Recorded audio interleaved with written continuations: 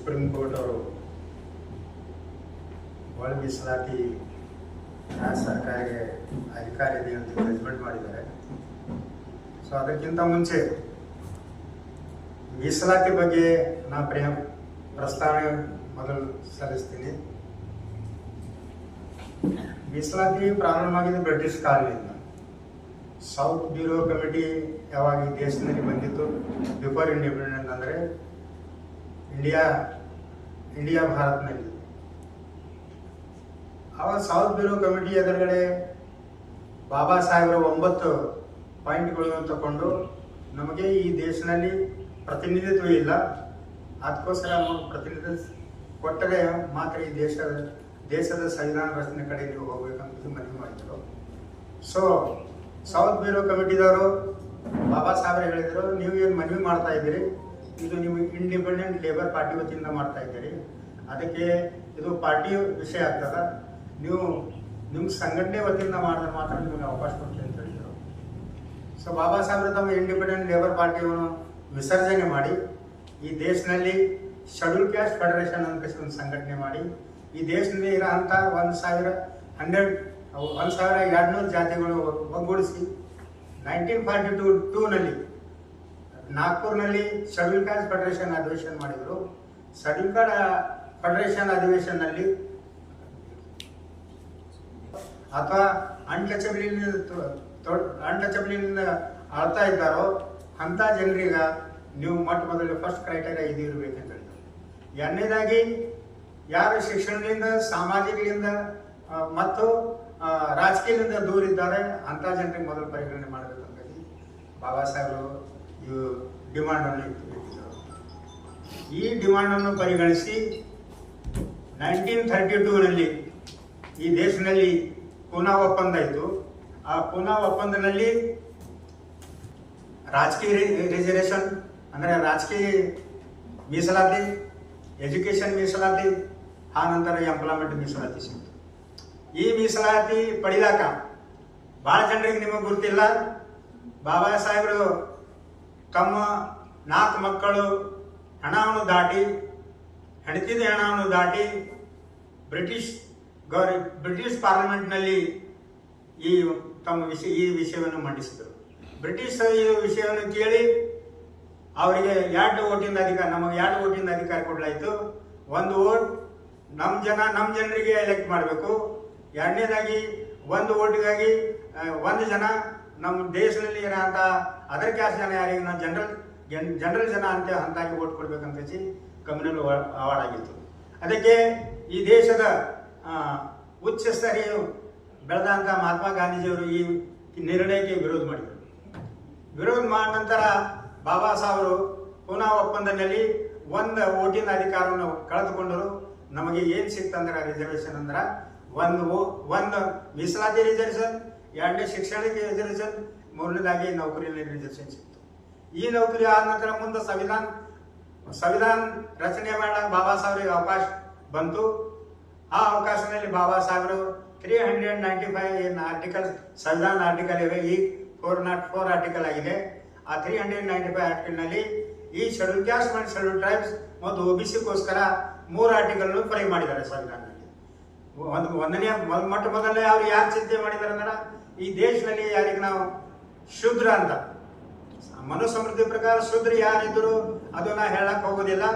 But ಶೂದ್ರ ಇಲ್ಲಿ ಸಂವಿಧಾನದಲ್ಲಿ ಬಾಬಾ ಸಾಹೇಬರು 340 ಆರ್ಟಿಕಲ್ ಫ್ರೈ ಮಾಡಿದ್ರು. ಫಸ್ಟ್ ಸೆಕೆಂಡ್ ಆರ್ಟಿಕಲ್ ಶೆಡ್ಯೂಲ್ ಕ್ಯಾಸ್ಟ್ಗೋಸ್ಕರ 341 ಮಾಡಿದರು. 3ನೇದಾಗಿ ಶೆಡ್ಯೂಲ್ ಟ್ರೈಬ್ 342 ಆರ್ಟಿಕಲ್ ಮಾಡಿದರು. ಈ ಆರ್ಟಿಕಲ್ ಸಂವಿಧಾನ ಆರ್ಟಿಕಲ್ ಪ್ರಕಾರ ಈ ದೇಶದಲ್ಲಿ ರಾಜಕೀಯ ಮೀಸಲಾತಿ, ಶೈಕ್ಷಣಿಕ ಮೀಸಲಾತಿ ಮತ್ತು ಎಂಪ್ಲಾಯ್ಮೆಂಟ್ ಮೀಸಲಾತಿ ಸಿಕ್ತು. ಆ ನಂತರ ಮುಂದೆ ಯಾವಾಗ ಈ ಆರ್ಟಿಕಲ್ 340 ಆರ್ಟಿಕಲ್ ಡಿಬೇಟ್ ಇನ್ ಕಾನ್ಸ್ಟಿಟ್ಯೂಷನ್ ಅಸೆಂಬ್ಲಿ, ಇದು ನೀವು ಒಂದು ವೇಳೆ ಓದಿದರೆ ನಿಮಗೆ ಗೊತ್ತಾಗ್ತದ. ಈ ದೇಶದ ಲೋಹ ಪುರುಷರಾದ ವಲ್ಲಭಭಾಯಿ ಪಟೇಲರು 340 ಆರ್ಟಿಕಲ್ಗೋಸ್ಕರ ವಿರೋಧ ಮಾಡಿದರು. 300 ಆರ್ಟಿಕಲ್ ಏನಿದೆ ಅಂದ್ರೆ ಅವ್ರು ಕೇಳಿದ್ರು, ಇದು ಏನು ತರ್ತಾ ಇದ್ದೀರಿ ನೀವು, ನಿಮ್ಗೋಸ್ಕರ ನೀವು ಮಾತಾಡ್ರಿ ಅಂತ ಹೇಳಿದಾಗ ವಲ್ಲಭಭಾಯಿ ಪಟೇಲರಿಗೆ ಬಾಬಾ ಸಾಹೇಬ್ ಹೇಳಿದರು, ವಲ್ಲಭಭಾಯಿ ಪಟೇಲರೇ ಈ ದೇಶದಲ್ಲಿ OBC ಜನನೂ ಬಡವರಿದ್ದಾರ, OBC ಜನನೂ ತಗಡದ ಮನೆಯಾಗಿದ್ದಾರ, OBC ಜನನೂ ಶಿಕ್ಷಣ ದೂರ ಇದ್ದಾರ, OBC ಜನನೂ ಸಂಸ್ಕೃತಿ ದೂರ ಇದ್ದಾರ. ಅವ್ರಿಗೂ ರಾಜಕೀಯ ಮೀಸಲಾತಿ ಬೇಕು, ಈ 3 ಮೀಸಲಾತಿ ಅವ್ರಿಗೂ ಬೇಕಂತೇಸಿ ನಾ ಇದು ಫ್ರೇಮ್ ಮಾಡಿದ್ದೆ. ಬೇಕಾದ್ರೆ ಬೇಡ ಅಂತ ನೀವು ಬ್ಯಾಕ್ವರ್ಡ್ ಶೇತಕರಿ ಯಾರಿಗೆ ನಾವು ರೈತರ ರೈತರ ಕಮ್ಯುನಿಟಿ ಯಾರಿಗಂತಾರೆ ಈ ದೇಶದಾಗ ಅಂದ್ರೆ ಮಹಾರಾಷ್ಟ್ರಲ್ಲಿ ಮರಾಠ ಜನರಿಗೆ ರೈತರ ಅಂತ, ಕರ್ನಾಟಕದಲ್ಲಿ ಗೌಡ ಮತ್ತು ಲಿಂಗಾಯತರಿಗೆ ರೈತರ ಅಂತ, ಆ ನಂತರ ಈ ಕಡೆ ಕಮ್ಮ ಮತ್ತು ರೆಡ್ಡಿ ಜನರಿಗೆ ರೈತರ ಅಂತ, ಯಾವ ನಂತರ ಇವು ಇದರಲ್ಲಿ ಪಂಜಾಬ್ನಲ್ಲಿ ಸಿಖ್ ಜನರಿಗೆ ರೈತರ ಅಂತಾರೆ. ಸೊ ಒಂದು ವೇಳೆ ಬ್ಯಾಡ ಅಂತೀರ ಈ ಡಿಬೇಟ್ ಏನು ಕಾನ್ಸ್ಟಿಟ್ಯೂಷನ್ ಪ್ರಸ್ತಾವನೆ ಮಾಡ್ತೀನಿ ನಾನು, ಬ್ಯಾಡ ಅಂತ 289 ಏನು ಪಾರ್ಲಿಮೆಂಟ್ ನೀವು ಮೆಂಬರ್ಗೆ ಗೆದ್ದು ಬಂದಿರಿ, ಅದು ವಿರೋಧ ಮಾಡಿದಾಗ ಡಿಲೀಟ್ ಮಾಡಿದ್ದೀನಿ ಅಂತ ಹೇಳಿದ್ರು. ಸೊ ಅವಾಗ ಈ ವಲ್ಲಭ ಭಾಯ್ ಪಟೇಲ್ ಗುರ್ತಾಯ್ತು, ಇಲ್ಲ ಇದು ನಮಗೋಸ್ಕರ ಏನಿದೆ. ಮಹಾರಾಷ್ಟ್ರದಲ್ಲಿ ಪಂಜಾಬರಾವ್ ದೇಶಮುಖ ಒಬ್ಬರು MP ಗೆದ್ದು ಬಂದಿದ್ದರು, ಅವ್ರು ಆಳಕ್ಕೆ ಪ್ರಾರಂಭ ಮಾಡಿದ್ರು ಚರ್ಚೆ ಆಗೋ ಟೈಮ್ನಲ್ಲಿ. ನಾವು ಹೇಳಲ್ದೇನೆ ಬ್ಯಾಕ್ವರ್ಡ್ ಮಂದಿ, ಈ ದೇಶದ ಬ್ಯಾಕ್ವರ್ಡ್ ಮಂದಿಗ ಕೃಷ್ಣ ಇದೆ ಅಂತನೇ ಕೇಳಿ ಪಂಜಾಬ ದೇಶಮುಖ ಆಳ್ತಾ ಇದ್ರು. ಸೊ ನಾನು ಹೇಳಕ್ ತಾತ್ಪರ್ಯ ಏನದ ಅಂದ್ರ ಈ ಸಂವಿಧಾನವನ್ನು ಬರೀ ಶೆಡ್ಯೂಲ್ ಕ್ಯಾಸ್ಟ್ಗೋಸ್ಕರ ಇದೇ ಅನ್ಕಸಿ ಭಾವನಾ ಇದೆ ಇಲ್ಲಿವರೆಗೆ 2024 ತನ ಅದು ಭಾವನಾ ತಪ್ಪಿದೆ. ಅದು ಜೊತೆಗೆ ಈ 300 ಪಾರ್ಟಿ ಒಳಗೆ ಬರೋರು ಶೆಡ್ಯೂಲ್ ಕ್ಯಾಸ್ಟ್ ರಿಸರ್ವೇಷನ್ಗಾಗಿ, ಶೆಡ್ಯೂಲ್ ಕ್ಯಾಸ್ಟ್ ರಿಸರ್ವೇಷನ್ ನಲ್ಲಿ 1200 ಜನ ಭಾರತ ದೇಶದಲ್ಲಿ ಇರೋಂಥ 2000 ಅನ್ಟಚಬಲ್ ಜನ, ಅನ್ಎಜುಕೇಟೆಡ್ ಜನ, ಕಲ್ಚರಲ್ ಜನ ಯಾರು ಇದ್ದಾರ ಅಂತರಿಗೆ ಬಾಬಾ ಸಾಹೇಬ್ ತ್ರಿಪಾಠಿ ನಾಟಕ ಫ್ರೇಮ್ ಮಾಡಿದ್ದಾರೆ. ಮೂರನೇದಾಗಿ ಯಾರು ನಾವು ಜಂಗಲ್ ಅಂತ ಇವತ್ತು ಏನು ನಾವು ಲಂಬಾಡಿ ಅಂತೇವೆ, ಒಂದು 2000 ವರ್ಷದಿಂದ ಜಂಗಲ್ದಾಗ, ಈಗಲೂ ಜಂಗಲ್ದಾಗಿದ್ದಾರೆ, ಇನ್ನೂ ಬಂದಿಲ್ಲ ಅವರಿಗೆ. ಸೊ ಆ ಜನರಿಗೋಸ್ಕರ, tribal ಜನರಿಗೋಸ್ಕರ Baba Saheb Tripathi article frame ಮಾಡಿದ್ದಾರೆ. ಸೊ ಇದು ಬಾಬಾ ಸಾಹೇಬ್ ಮಾಡಿದ್ದು ಸಂವಿಧಾನ ಪ್ರಕಾರ ಮಾಡಿ ಅಂತ ಅಲಾಟ್ಮೆಂಟ್ ಇದೆ. ಇದು ಬಡತನ ನಿರ್ಮೂಲನೆ ಕಾರ್ಯಕ್ರಮ ಏನಿದೆ, ಇದು ಸಂವಿಧಾನ ಕಾರ್ಯಕ್ರಮ ಏನಿದೆ ಅಂದ್ರೆ ಪ್ರಪೋರ್ಷನ್ ರೀಪ್ರೆಸೆಂಟೇಷನ್ ಕಾರ್ಯಕ್ರಮ. ಭಾಳ ಜನ ಈಗ ಪ್ರಚಾರದಾಗ ಏನಿದೆ ಅಂದ್ರೆ ಇದು ಬಡತನ ನಿರ್ಮೂಲನೆ ಕಾರ್ಯಕ್ರಮ ಅಂತ. ಇದು ಬಡತನ ನಿರ್ಮೂಲನೆ ಕಾರ್ಯಕ್ರಮ ಇಲ್ಲ. ಈ ದೇಶದಾಗ ಬರ ಅಂತ ಅದು ಕಾಂಗ್ರೆಸ್ ಇದ್ದಿರ್ಬೋದು, BJP ಇದ್ದಿರ್ಬೋದು, ಜನತಾದಳ ಇದ್ದಿರ್ಬೋದು, ಎಲ್ಲ ಪಾರ್ಟಿಗಳು ಇದ್ದಿರ್ಬೋದು, ಈ ಸಂವಿಧಾನವನ್ನು ಅರ್ಥನೇ ಮಾಡ್ಕೊಂಡಿದ್ರು. ಈ ಸಂವಿಧಾನವನ್ನೇ ಅರ್ಥ ಮಾಡ್ಕೊಂಡಿದ್ರು. ಇಲ್ಲಿ ಏನ್ ಜನ ಈಗನು ಏನ್ ಸಂವಿಧಾನ ಕೈದಾಗ ತಗೊಂಡು ತಿರುಗಾಡ್ತಾ ಇರಲ್ಲ, ಅದು ಸಂವಿಧಾನ ಬರೀ ಪುಟ್ಟ ತೋರಿಸ್ತಾ ಇದ್ದಾರೆ. ಸಂವಿಧಾನದಲ್ಲಿ ಏನಿದೆ ಅವ್ರಿಗೆ ಗೊತ್ತಿಲ್ಲ. ನಾವು ಅದು ಕಾಂಗ್ರೆಸ್ ಅದ ರಾಜ್ಕುಮಾರ್ ಇದ್ದಿರ್ಬೋದು, BJP ಇನಾಯಕರ್ ಇದ್ದಿರ್ಬೋದು, ಜನತಾದಳದ ನಮ್ಮ ಇವರು ಸ್ವಾಮೀಜಿ ದೇವಗೌಡ ಮಗ ಕುಮಾರಸ್ವಾಮಿ ಇದ್ದಿರ್ಬೋದು, ಇನ್ನು ನಾವು ಅವ್ರು ಅರ್ಥ ಮಾಡ್ಕೊಂಡಿಲ್ಲ. ಹಿಂಗೆ ನಾವು ಓಪನ್ ಆಗಿ ಅವ್ರಿಗೆ ಚಾಲೆಂಜ್ ಮಾಡ್ತೇವೆ, ಡಿಬೇಟಿಗೆ ಬರ್ಬೇಕು, ಪಕ್ಷದವ್ರನ್ನು ಡಿಬೇಟಿಗೆ ಬರ್ಬೇಕು, ನಾವು ಸಿದ್ಧಿದ್ದೇವೆ. ಎರಡನೇದಾಗಿ ಈ ಅಲಾಟ್ಮೆಂಟ್ ಆದ ನಂತರ 1950ದಾಗ ಸಂವಿಧಾನ ಜಾರಿ ಆಯಿತು. 1950 ಸಂವಿಧಾನ ಜಾರಿ ಆದ ನಂತರ ನಮಗೆ ರಿಸರ್ವೇಶನ್ ಸಿಗ್ತೇವೆ ಅನ್ನೋ ನಮ್ಮ ಪ್ರಶ್ನೆ. ಶೆಡ್ಯೂಲ್ ಕ್ಯಾಸ್ಟ್ ಜನರಿಗೆ, ಶೆಡ್ಯೂಲ್ ಟ್ರೈಬ್ ಜನರಿಗೆ, OBC ಗರ ಇವ್ರು ಯಾರೋ ಇಂಪ್ಲಿಮೆಂಟ್ ಮಾಡಿದ್ರು.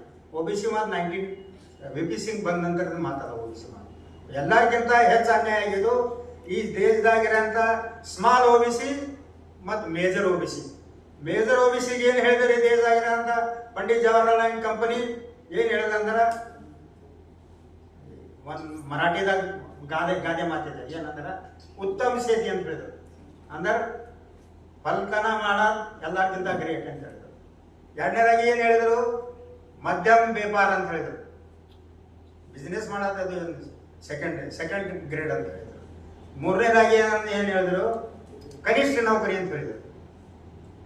ಇರೋಂಥ ಈ ದೇಶದಲ್ಲಿ ಭಾರತ ದೇಶ ಸ್ವಾತಂತ್ರ್ಯ ಆದ ನಂತರ ಮತ್ತೆ ಮೊದಲನೇ OBC ಗುಮ್ರಾ ಮಾಡಿ ಹಾದಿ ತಪ್ಪಿಸಿಂದ ಯಾರಂದ್ರ ಇಲ್ಲಿ ಎಷ್ಟು ಸರ್ಕಾರಗಳು ಸ್ಥಾಪನೆ ಆಗ್ಯಾವ, ಈ ಜನ ಮೊದಲು OBCದವ್ರಿಗೆ ಹಾದಿ ತಪ್ಪಿಸಿದ ಕೆಲಸವನ್ನು ಮಾಡಿದ್ರು.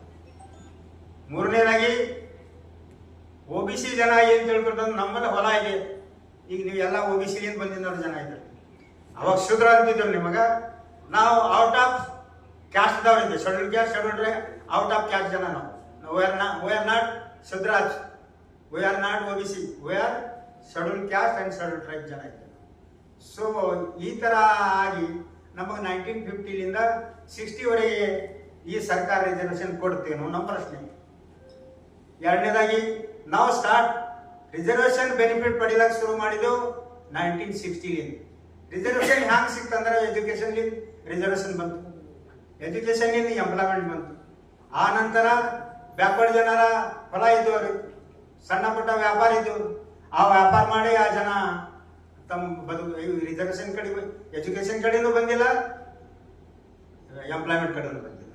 ಅದು ತಪ್ಪ. ಶೆಡ್ಯೂಲ್ ಕ್ಯಾಸ್ಟ್ ಜನರದು ಸಂವಿಧಾನದು ಏನು ಬಾಬಾ ಸಾಹೇಬ್? ನಮ್ಮ ಪ್ರಶ್ನೆ ಇದೆ, ಯಾರು ತಪ್ಪ? ಯಾವ ಸರ್ಕಾರವನ್ನು ಆಡಳಿತದ ಆ ಜನರಿಗೆ ಸಮಬಾಳು ಸಮಪಾಲು ಕೊಡಬೇಕಾಗಿತ್ತು, ಕೊಟ್ಟಿಲ್ಲ. ಯಾವ ಆಯೋಗನೂ ರಚನೆ ಮಾಡಿದವು. ಅವು ತಪ್ಪು ತಮ್ಮ ಇಟ್ಕೊಂಡು ಇವತ್ತು ಏನು ನಡೀತಾ ಇದೆ ಅಂದ್ರೆ ಎಲ್ಲ ಇದರಲ್ಲಿ ಮೀಸಲಾತಿಯನ್ನು ಒಂದು ಪರ್ಟಿಕ್ಯುಲರ್ ಕ್ಯಾಸ್ಟ್ ತಿಂದಿದೆ ಅಂತ ಹೇಳ್ತಾರೆ. ತಪ್ಪು ಮಾಡ್ತಾ ಇದ್ದಾರೆ ಸರ್ಕಾರಗಳು ಇಲ್ಲಿವರೆಗೆ. ಆದರೆ ಯಾರಿಗೆ ಟಾರ್ಗೆಟ್ ಮಾಡ್ತಾ ಇದ್ದಾರ? ಯಾರು ಎಜುಕೇಶನ್ ಎಂಪ್ಲಾಯ್ಮೆಂಟ್ ನಾವೇನು ಬಂದಿದ್ದೇವೆ ಇಲ್ಲಿವರೆಗೆ, ನಮಗೆ ಟಾರ್ಗೆಟ್ ಮಾಡ್ತಾ ಇದ್ದಾರೆ. ಯಾರು ಮಾಡ್ತಾ ಇದ್ದಾರ? ಸರ್ಕಾರ ಇಂಟರ್ನಲ್ಲಿ ಮಾಡ್ತಾ ಇದೆ. ಆದ್ರೆ ಬಸ್ ಯಾರಿಗೆ ಕೊಡ್ತಾ ಇದ್ದಾರೆ? ಯಾರಿಗೆ ಏನೂ ಸಿಕ್ಕಿಲ್ಲ, ನಿಮಗೆ ಅವರೆಲ್ಲ ಅವರೇ ತಿಂದಾರ ಅಂತ ಹೇಳ್ತಾ ಇದ್ದಾರ. ಇದು ಬಹಳ ತಪ್ಪದ. ನಮ್ಮ ಜನರು ಅವರು ಮಾಡ್ಕೋಬೇಕು. ಏನು ಹೋರಾಟ ಒಳ ಮೀಸಲಾತಿ ಹೋರಾಟ ಮಾಡ್ತಾ ಇದ್ದಾರಲ್ಲ ಆ ಜನ ಅವರು ಮಾಡ್ಕೋಬೇಕು. ಎಂಪ್ಲಾಯ್ಮೆಂಟ್ ಯಾವಾಗ ಸಿಗ್ತದ? ಎಂಪ್ಲಾಯ್ಮೆಂಟ್ ಯಾವಾಗ ಎಜುಕೇಶನ್ ಆದ್ಮೇಲೆ ಸಿಗ್ತದೆ. ಎಜುಕೇಶನ್ ನಿಮಗೆ ಮಾಡ್ಲಾಕ ನಾವು ಕೈ ಹಿಡಿದೀವಿ ಇವಾಗ ಬರಬೇಡ ಅಂದಿದ್ವೇನೋ, ಹಾಸ್ಟೆಲ್ದಾಗ ಅಡ್ಮಿಷನ್ ಮಾಡ್ಲಾಕ ಬರಬೇಡ ಅಂದಿದ್ದೇನೋ, ಅಥವಾ ಎಂಪ್ಲಾಯ್ಮೆಂಟ್ ಅಪ್ಲಿಕೇಶನ್ ಹಾಕಬೇಡ ಅಂತಂದಿದ್ದೇವೆ ಈ ಸಮಾಜಕ್ಕೆ, ನಮ್ಮ ಸಮಾಜಕ್ಕೆ ಅಂದ್ರೆ ಯಾರಿಗೂ ಅಂದಿಲ್ಲ ನಾವು. ಸೊ ಇದು ಒಂದು ಜನರಿಗೆ ಟಾರ್ಗೆಟ್ ಮಾಡೋ ಅಂತ ಕುತಂತ್ರದ ಬಲಿಯಾಗಿದೆ ಅಂತ ನಮ್ಗೆ ಅನಿಸ್ತದೆ. ಕುತಂತ್ರ ಬಲಿಯಾಗಿದೆ. ಈ ದೇಶದಲ್ಲಿ ಇರೋ ಅಂತ ವ್ಯವಸ್ಥೆ ಇದೆಲ್ಲ, ಆ ವ್ಯವಸ್ಥೆ ನಿಮಗೆ ಬಲಿ ಮಾಡಿದೆ. ಆ ಬಲಿಯಾಗಿದ್ದ ಜನ ಇದ್ದಾರೆ. ಇದು ಆಯ್ತು ರಿಸರ್ವೇಶನ್. ಪೊಲಿಟಿಕಲ್ ರಿಸರ್ವೇಶನ್, ಪೊಲಿಟಿಕಲ್ ಯಾವಾಗ ಎಜುಕೇಶನ್ ಆಗ್ತಾನೆ ಅವನಿಗೆ ಎಂಪ್ಲಾಯ್ಮೆಂಟ್ ಸಿಗ್ತದೆ. ಏನು ಬುಕ್ಸ್ ಹೇಳಿ ಕೊಡೋದು, ನೀ ಬಿ ಆಗಿದ್ ಬಾ ಅಪ್ಪ ಅಂತ ಕರೆದು ಕೊಡ್ತಾರೆ ನೌಕರಿ. ಯಾರಲ್ಲ ಎಲ್ಲೂ ಕೊಟ್ಟಿಲ್ಲ, ಆಗಲ್ಲ ನಾವು. ಸೊ ಯಾರು ಎಜುಕೇಟೆಡ್ ಆದರೂ ಅವ್ರು ಎಂಪ್ಲಾಯ್ಮೆಂಟ್ ಕಡೆ ಬರ್ತಾರೆ. ಯಾರು ಎಜುಕೇಟೆಡ್ ಆಗಿರೋರು ಎಂಪ್ಲಾಯ್ ಕಡೆ ಬಂದಿಲ್ಲ. ಯಾಕಂದ್ರೆ ಒಂದು ಪರ್ಫಾರ್ಮೆನ್ಸ್ ಮ್ಯಾಲೂ ನೌಕರಿ ಕೊಡ್ಬೇಕಂತ 50% ರಿಸರ್ವೇಶನ್ ಯಾಕಾಯ್ತಂದ್ರೆ ಅರ್ಧ ಜನರಲ್ ಕ್ಯಾಟಗರಿಯಲ್ಲಿ ಬರಬೇಕು, ಅರ್ಧ ಜನ ರಿಸರ್ವೇಶನ್ ಕ್ಯಾಟಗರಿಯಲ್ಲಿ ಬರಬೇಕಂತ ಒಂದು ಮಾನದಂಡ ಮಾಡಿದ್ರು. Indira Sawhney case, government of India Indira Sawhney case ಇದೆಯಲ್ಲ, ಆ ಕೇಸಲ್ಲಿ 50% ರಿಸರ್ವೇಶನ್ಗಿಂತ ಮ್ಯಾಲೆ ಹೋಗ್ಬೇಡ ಅಂತ ಹೇಳಿದ್ರು. ಈ 50% ಮ್ಯಾಲೆ ಹೋಗಬೇಡ ಅಂತ ನೀವೇ ಜಡ್ಜ್ಮೆಂಟ್ ಕೊಡ್ತೀರಿ. ಈಗ EWS ಕೋಟಾ ಕೊಟ್ಟಿರಿ, ನೀವು 10% ಕೊಟ್ಟಿರಲ್ಲ. ಈ ಪ್ರಪೋರ್ಷನ್ ಆಫ್ ದಿ ಪಾಪ್ಯುಲೇಷನ್ ನೀವು ರಿಸರ್ವೇಶನ್ ಕೊಡ್ಬೇಕು. ಬ್ಯಾಕ್ವರ್ಡ್ ಇದೆ 68% ಇದ್ದಾರೆ, ಮತ್ತು ಅವ್ರಿಗೆ 68% ಕೊಡ್ರಿ. ನಾವು 24% ಇದೆ, ನಾವು 24 ಕೊಡ್ರಿ. ಈಗ ಬ್ಯಾಕ್ವರ್ಡ್ ನಿಂದ ಎಲ್ಲ ಬಂದರು, ಗೌಡರು ಬಂದರು, ಲಿಂಗಾಯತರು ಬಂದರು, ಎಲ್ಲರೂ ಬಂದರು. ಬಟ್ ನೀವು ಅವ್ರಿಗೆ ಎಷ್ಟು ರಿಸರ್ವೇಶನ್ ಕೊಡ್ಲತ್ತೀರಿ? ನೀವು only 4%. Group B, group C ಮಾಡಿದ್ರಲ್ಲ, ಅವ್ರಿಗೆ ಅಷ್ಟು ಕೊಡ್ತಾ ಇದ್ದಾರೆ. ಬಟ್ ಅದಕ್ಕಿಂತ ನಿಮ್ಮಲ್ಲಿ ಯಾಕಿಲ್ಲ ಅಂದ್ರೆ ನಿಮ್ಮ ಕಡೆ ಏನೇನು ಸಾಮಾಜಿಕ ಸ್ಟ್ಯಾಟಸ್ ಇದೆ. ಈ OBC ಸಮಾಜ ಭಾರತ ದೇಶದಾಗ ಸಾಮಾಜಿಕ ಸ್ಟ್ಯಾಟಸ್ ಇದೆ. ಅಲ್ಪ ಇಷ್ಟು ಮಟ್ಟಿಗೆ ಈಗ 3 ಎಕರೆ 2 ಎಕರೆ ತರ ಬಂದಿದ್ದಾರೆ, ಜಮೀನು ಹಂಚಿಕೆ ಅಷ್ಟೇ ಬಂದಿದ್ದಾರೆ. ಸೊ ಇವ್ರು ಮೊದಲು ಕ್ರಾಂತಿ ಹೇಳ್ಬೇಕು. ಬಟ್ ಇದು ಕ್ರಾಂತಿ ಆಗ್ತಾ ಇಲ್ಲ. ಯಾಕೆ ಆಗ್ತಾ ಇಲ್ಲ ಅನ್ನೋದಾಗ ಕಾರಣ ಅದ, ಪರಂಪರೆ ಒಂದು ಕಾರಣ ಅದ. ಎರಡನೇದಾಗಿ ಫ್ಯೂಡಲ್ ಸಿಸ್ಟಮ್ ತಲೆಯಾಗದ, ಜಾತಿ ವ್ಯವಸ್ಥೆ ಏನಂತ ತಲೆಯಾಗದ. ನಿಮ್ಮಲ್ಲಿ ಏನೋ ಎಚ್ಚರ ಆಗ್ತಾ ಇಲ್ಲ. ನಾವು ಎಚ್ಚರ ಆಗಿದ್ದೀವಿ. ಯಾಕಾಗಿದ್ದೀವಿ ಅಂದ್ರೆ ನಮಗೆ ಎಜುಕೇಶನ್ ಕೊಟ್ಟಲ್ಲ, ವೈಜ್ಞಾನಿಕವಾಗಿ ಥಿಂಕಿಂಗ್ ಮಾಡ್ಲಕ್ಕೆ ನಮಗೆ ಬಾಬಾ ಸಾಹೇಬ್ ಹೇಳಿದಾರ. ಅದಕ್ಕೆ ಈ ಪ್ರಕಾರ ನಾವು ಮುಂದೆ ಬಂದಿದ್ದೇವೆ. ಯಾರು ಮೆರವಣಿಗೆ ಮುಂದೆ ಬಂದಿಲ್ಲ, ನಾವು ಮೇಹನತ್ ಮಾಡಿ ಬಂದಿದ್ದೇವೆ. ನಾವು ನೌಕರಿ ಕೊಟ್ಟಿದ್ದೀವಿ, ಮ್ಯಾಟ್ರಿಕ್ ಫೇಲ್ ಇದ್ದವ್ರು ನೌಕರಿ ಕೊಟ್ಟಿದ್ದೀವಿ, ನಾವು ಕೊಟ್ಟಿಲ್ಲ. ಈ ಕ್ಲಾಸ್ 1 ಕ್ಲಾಸ್ 2 ಆಗ್ತಾ ಅಂದ್ರೆ ಕಾಂಪಿಟೇಷನ್ ಆಗ್ತದೆ ದೇಶದಲ್ಲಿ. ಈಗ KPSC ಆಗ್ತದೆ, ಸೆಂಟ್ರಲ್ UPSC ಆಗ್ತದೆ. ಈಗ ಎಷ್ಟು ನಮ್ಮ ಪ್ರಪೋರ್ಷನ್ ಇದೆ? ಇಲ್ಲಿವರೆಗೆ ನಾವು ರೆಕಾರ್ಡ್ ನೋಡಿದಾಗ ನಾವು ಬರೀ 11% ನೌಕರಿದಾಗಿದ್ದೇವೆ. ಹೆಚ್ಚಿನ ನೌಕರಿ ಯಾರ್ಯಾದಾಗಿದ್ದೇವೆ? ಮುನ್ಸಿಪಾಲ್ಟಿದಾಗಿದ್ದೇವೆ. ಹೆಚ್ಚಿನ ನೌಕರಿಯಲ್ಲಿದ್ದೆ ನಾವು ಮುನ್ಸಿಪಾಲ್ಟಿದಾಗಿದ್ದೇವೆ. ಗ್ರೂಪ್ ಸಿದಾಗ ನಾವು 6% ಇದ್ದೇವೆ.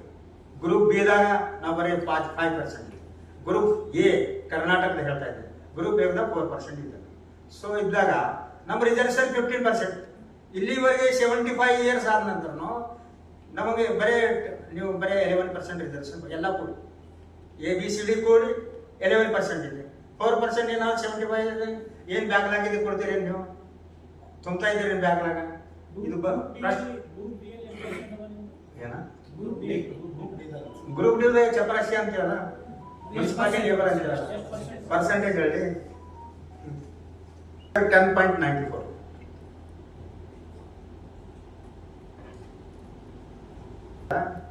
ಈಗಾರ ನೀವು ಡೈಲಿ ವೇಜಸ್ ಮೇಲೆ ಇಟ್ಕೊಂಡಿರೋದು ಮುಗಿತಲ್ಲ ನಮ್ಮ ನೌಕರಿ. ಈಗ ಸೀದಾ ಬರೀ ಸೀದಾ ಕಾಂಟ್ರಾಕ್ಟ್ ಬೇಸೋದು ಅಂತ ಬಂದು ಎಲ್ಲ ಕಮ್ಯುನಿಟಿ ನಮ್ಮ ಒಬ್ಬರಿಗೆ ಎಲ್ಲರಿಗೂ ಕಾಂಟ್ರಾಕ್ಟ್ ಬೇಸೋದು. ಈಗೇನೋ IAS IPSದಾಗ ಲ್ಯಾಟ್ರಲ್ ಎಂಟ್ರಿ ಮಾಡ್ತಾ ಇದ್ರು. ಯಾರು ಮಂತ್ರಿದ ಮಗ ಅವನಿಗೆ ಹಿಂದಿನ IAS ಅಂತ ಕೊಡ್ಲತ್ತೆ, ಸೆಕ್ರೆಟರಿ ಅಂತ ಕೊಡ್ಲತ್ತೆ. ಇದು ಎಲ್ಲನೇ ಮುಗಿಸಿರಿ ನೀವು. ಮತ್ತೆ ಎಲ್ಲ ಇವ್ರಿಗೆ ತಿಂದಾರೆ ಯಾವ ಬೇಸಿಸ್ ಅಂತೇಳಿ ನಾವು ಹೇಳೋದೇನು ಇವ್ರೀಗ, ನೀವು ಟೋಟಲಿ ಜನಗಣತಿ ಮಾಡ್ರಿ ಈ ದೇಶದಾಗ. ಯಾರು ಎಷ್ಟು ತಿಂದಾರ ಗುರುತಾಗ್ತದೆ, ಯಾರು ಎಷ್ಟು ಪಾರ್ಟಿಸಿಪೇಷನ್ ಮಾಡಿದಾರ ತಗೋರಿ, ಆ ಪ್ರಕಾರ ನೀವು ಹಂಚಿಕೆ ಮಾಡ್ರಿ. ಯಾರಿಗೆ ಹೆಚ್ಚು ತಿಂದಾರ ಬಿಟ್ಕೊಡ್ರಿ. ಏನು ಕ್ರಿಮಿಲೇಯರ್ ಹೇಳ್ತಾ ಇದ್ದೀರ ನಾವು, ಕ್ರಿಮಿಲೇಯರ್ ಯಾವಾಗ ಹೇಳ್ತೀರಿ ನೀವು ಅಂದ್ರೆ ಯಾರ ಬಳಿ ಏರೋಪ್ಲೇನ್ ಅದ ಅಲ್ಲ, ಯಾರ ಬಳಿ ದೊಡ್ಡ ದೊಡ್ಡ ಇಂಡಸ್ಟ್ರಿಗಳಾಗಿ, ಯಾರು ಲಿಂಗಾಯತರ ಬಳಿ ಅದ, ಯಾರು ಕುರುಬೂರು ಕಬಡ್ಡಿ ಬರೋದ, ಯಾರ ಬಳಿ ಅದ? ನಮ್ಮಲ್ಲಿ ಅದ. ಪೊಲಿಟಿಕಲ್ ರಿಸರ್ವೇಷನ್ ಬಗ್ಗೆ ಮಾತಾಡ್ತೀನಿ. ಪೊಲಿಟಿಕಲ್ ರಿಸರ್ವೇಷನ್ ನಮ್ಮ ಕರ್ನಾಟಕ 36 MLA ಬರ್ತದೆ, ಓನ್ಲಿ 36 MLA ಸಾವುಕಾರ ಆಗಿರ್ಬೋದು ಅಲ್ಲ. ಆದರೆ ಈ ಕರ್ನಾಟಕದ 1,24 lakh ಜನ ಇದ್ದೀವಿ ನಾವು, ಸಾವುಕಾರ ಆದಪ್ಲೆ ಇದ್ದಾನ. ಪ್ರಶ್ನೆಗಳು ಕೇಳ್ತಾರೆ ಸಂಘಟನೆದ, ಒಂದು ದೊಡ್ಡ ಸಂಘಟನೆ ಅದ ಭಾರತ ದೇಶದಾಗ ಹಿಂದೂ ಹೆಸರು ಮೇಲೆ. ಮೀಸಲಾತಿ ಎಲ್ಲಿವರೆಗೆ ಅಂತ ಹೇಳ್ತಾ ಇದ್ದಾರೆ ನಾವು. ಅವ್ರಿಗೆ ಉತ್ತರ ಅದ ನಮ್ದು, ಎಲ್ಲಿವರೆಗೆ ಜಾತೀಯತೆ ಇರ್ತಾರೆ, ಎಲ್ಲಿವರೆಗೆ ಅಸಮಾನತೆ ಇರ್ತಾರೆ, ಎಲ್ಲಿವರೆಗೆ ಆರ್ಥಿಕ ಅಸಮಾನತೆ ಇರ್ತಾರೆ, ಅಲ್ಲಿವರೆಗೆ ಮೀಸಲಾತಿ ಎಲ್ಲರಿಗೂ ಇರ್ಬೇಕಂತ ಹೇಳ್ತಾರೆ. ನಮ್ಮ ವಾದ ಈ ಥರ. ಸೊ ನೆಕ್ಸ್ಟ್ ಮೀಸಲಾತಿ ತಗೊಂಡವ್ರು ಎಷ್ಟು ಜನ ನಮ್ಮ ಕರ್ನಾಟಕದಾಗ? 36 ಜನ. 36 ಜನ ಸಾವುಕಾರ ಆಯ್ತು ಅಂತ ತಿಳ್ಕೊ, ಕರೋಡಪತಿ ಆದ್ರೂ ತಿಳ್ಕೊ, ಭ್ರಷ್ಟಾಚಾರ ಮಾಡಿದ್ರು ಅಂತ ತಿಳ್ಕೊ. 36 ಜನ 1 crore 36 ಜನ, ಒಂದು ಫ್ಯಾಮಿಲಿಗೆ ಎಷ್ಟು, ಒಂದು ಜಾತಿಗೆ ಎಷ್ಟು ಪರ್ಸೆಂಟೇಜ್ ತೆಗೀರಿ. ಆ ನಂತರ ಈ ಸಣ್ಣ ಕೆಲಸ ಏಳು ಜಾತಿಗಳು 101 ಜಾತಿ ಸೇರಿಸಿರಿ. ಯಾರು ಒಲ್ಲ ಅಂದಾರ ಆ ಜಾತಿಗಳು ಸೇರಿದೆ. ಹ್ಯಾಂಗೆ ಸೇರಿಸಿ ಹೇಳಿ? ಈ ದೇಶದಾಗ ಹವನೂರು ವರದಿ ಜಾರಿ ಐತಿ 1977. ಅವಾಗ ಯಾವ ಜಾತಿಗಳು ನಿಮಗೆ ಅಪ್ಲಿಕೇಶನ್ ಕೊಟ್ಟಿದ್ರು ನಮಗೆ ಸೇರಿಸ್ತಾರೆ. ನಾವು 6 ಜನನೇ ಇದ್ದೇವೆ ಸಣ್ಣ ಕೆಲಸದಾಗ, 101 ಜಾತಿ ಮಾಡಿದೆ.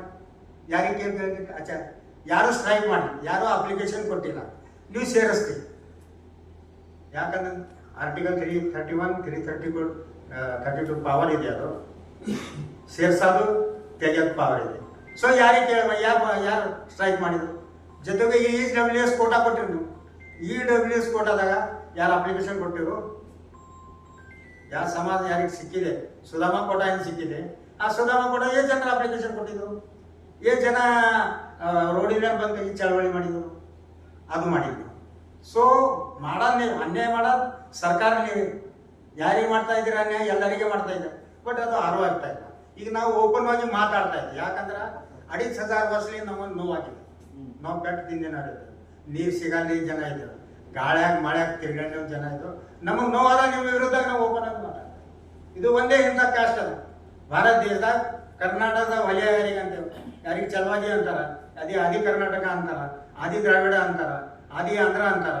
ಆ ಜನ ನೋವು ಉಂಡಿನವರಿದ್ದೇವೆ, ನಾವು ಹೆಚ್ಚು ನೋವು ಉಂಡಿನವರಿದ್ದೇವೆ ಅಂತ ನಾವು ನಮಗೆ ಅನ್ಯಾಯ ಆಗಿದೆ ಅಂತ ಹೇಳ್ತಾ ಇದ್ದೀವಿ. ನಿಮ್ಮ ಜನರಿಗೆ ಅನ್ಯಾಯ, OBCಗೆ ಅನ್ಯಾಯ ಆಗಿದೆ. ಯಾಕಾಗಿಲ್ಲ ಅಂದ್ರೆ ಧರ್ಮದ ಸಂರಕ್ಷಣೆದಾಗ ಇದ್ದೇವೆ.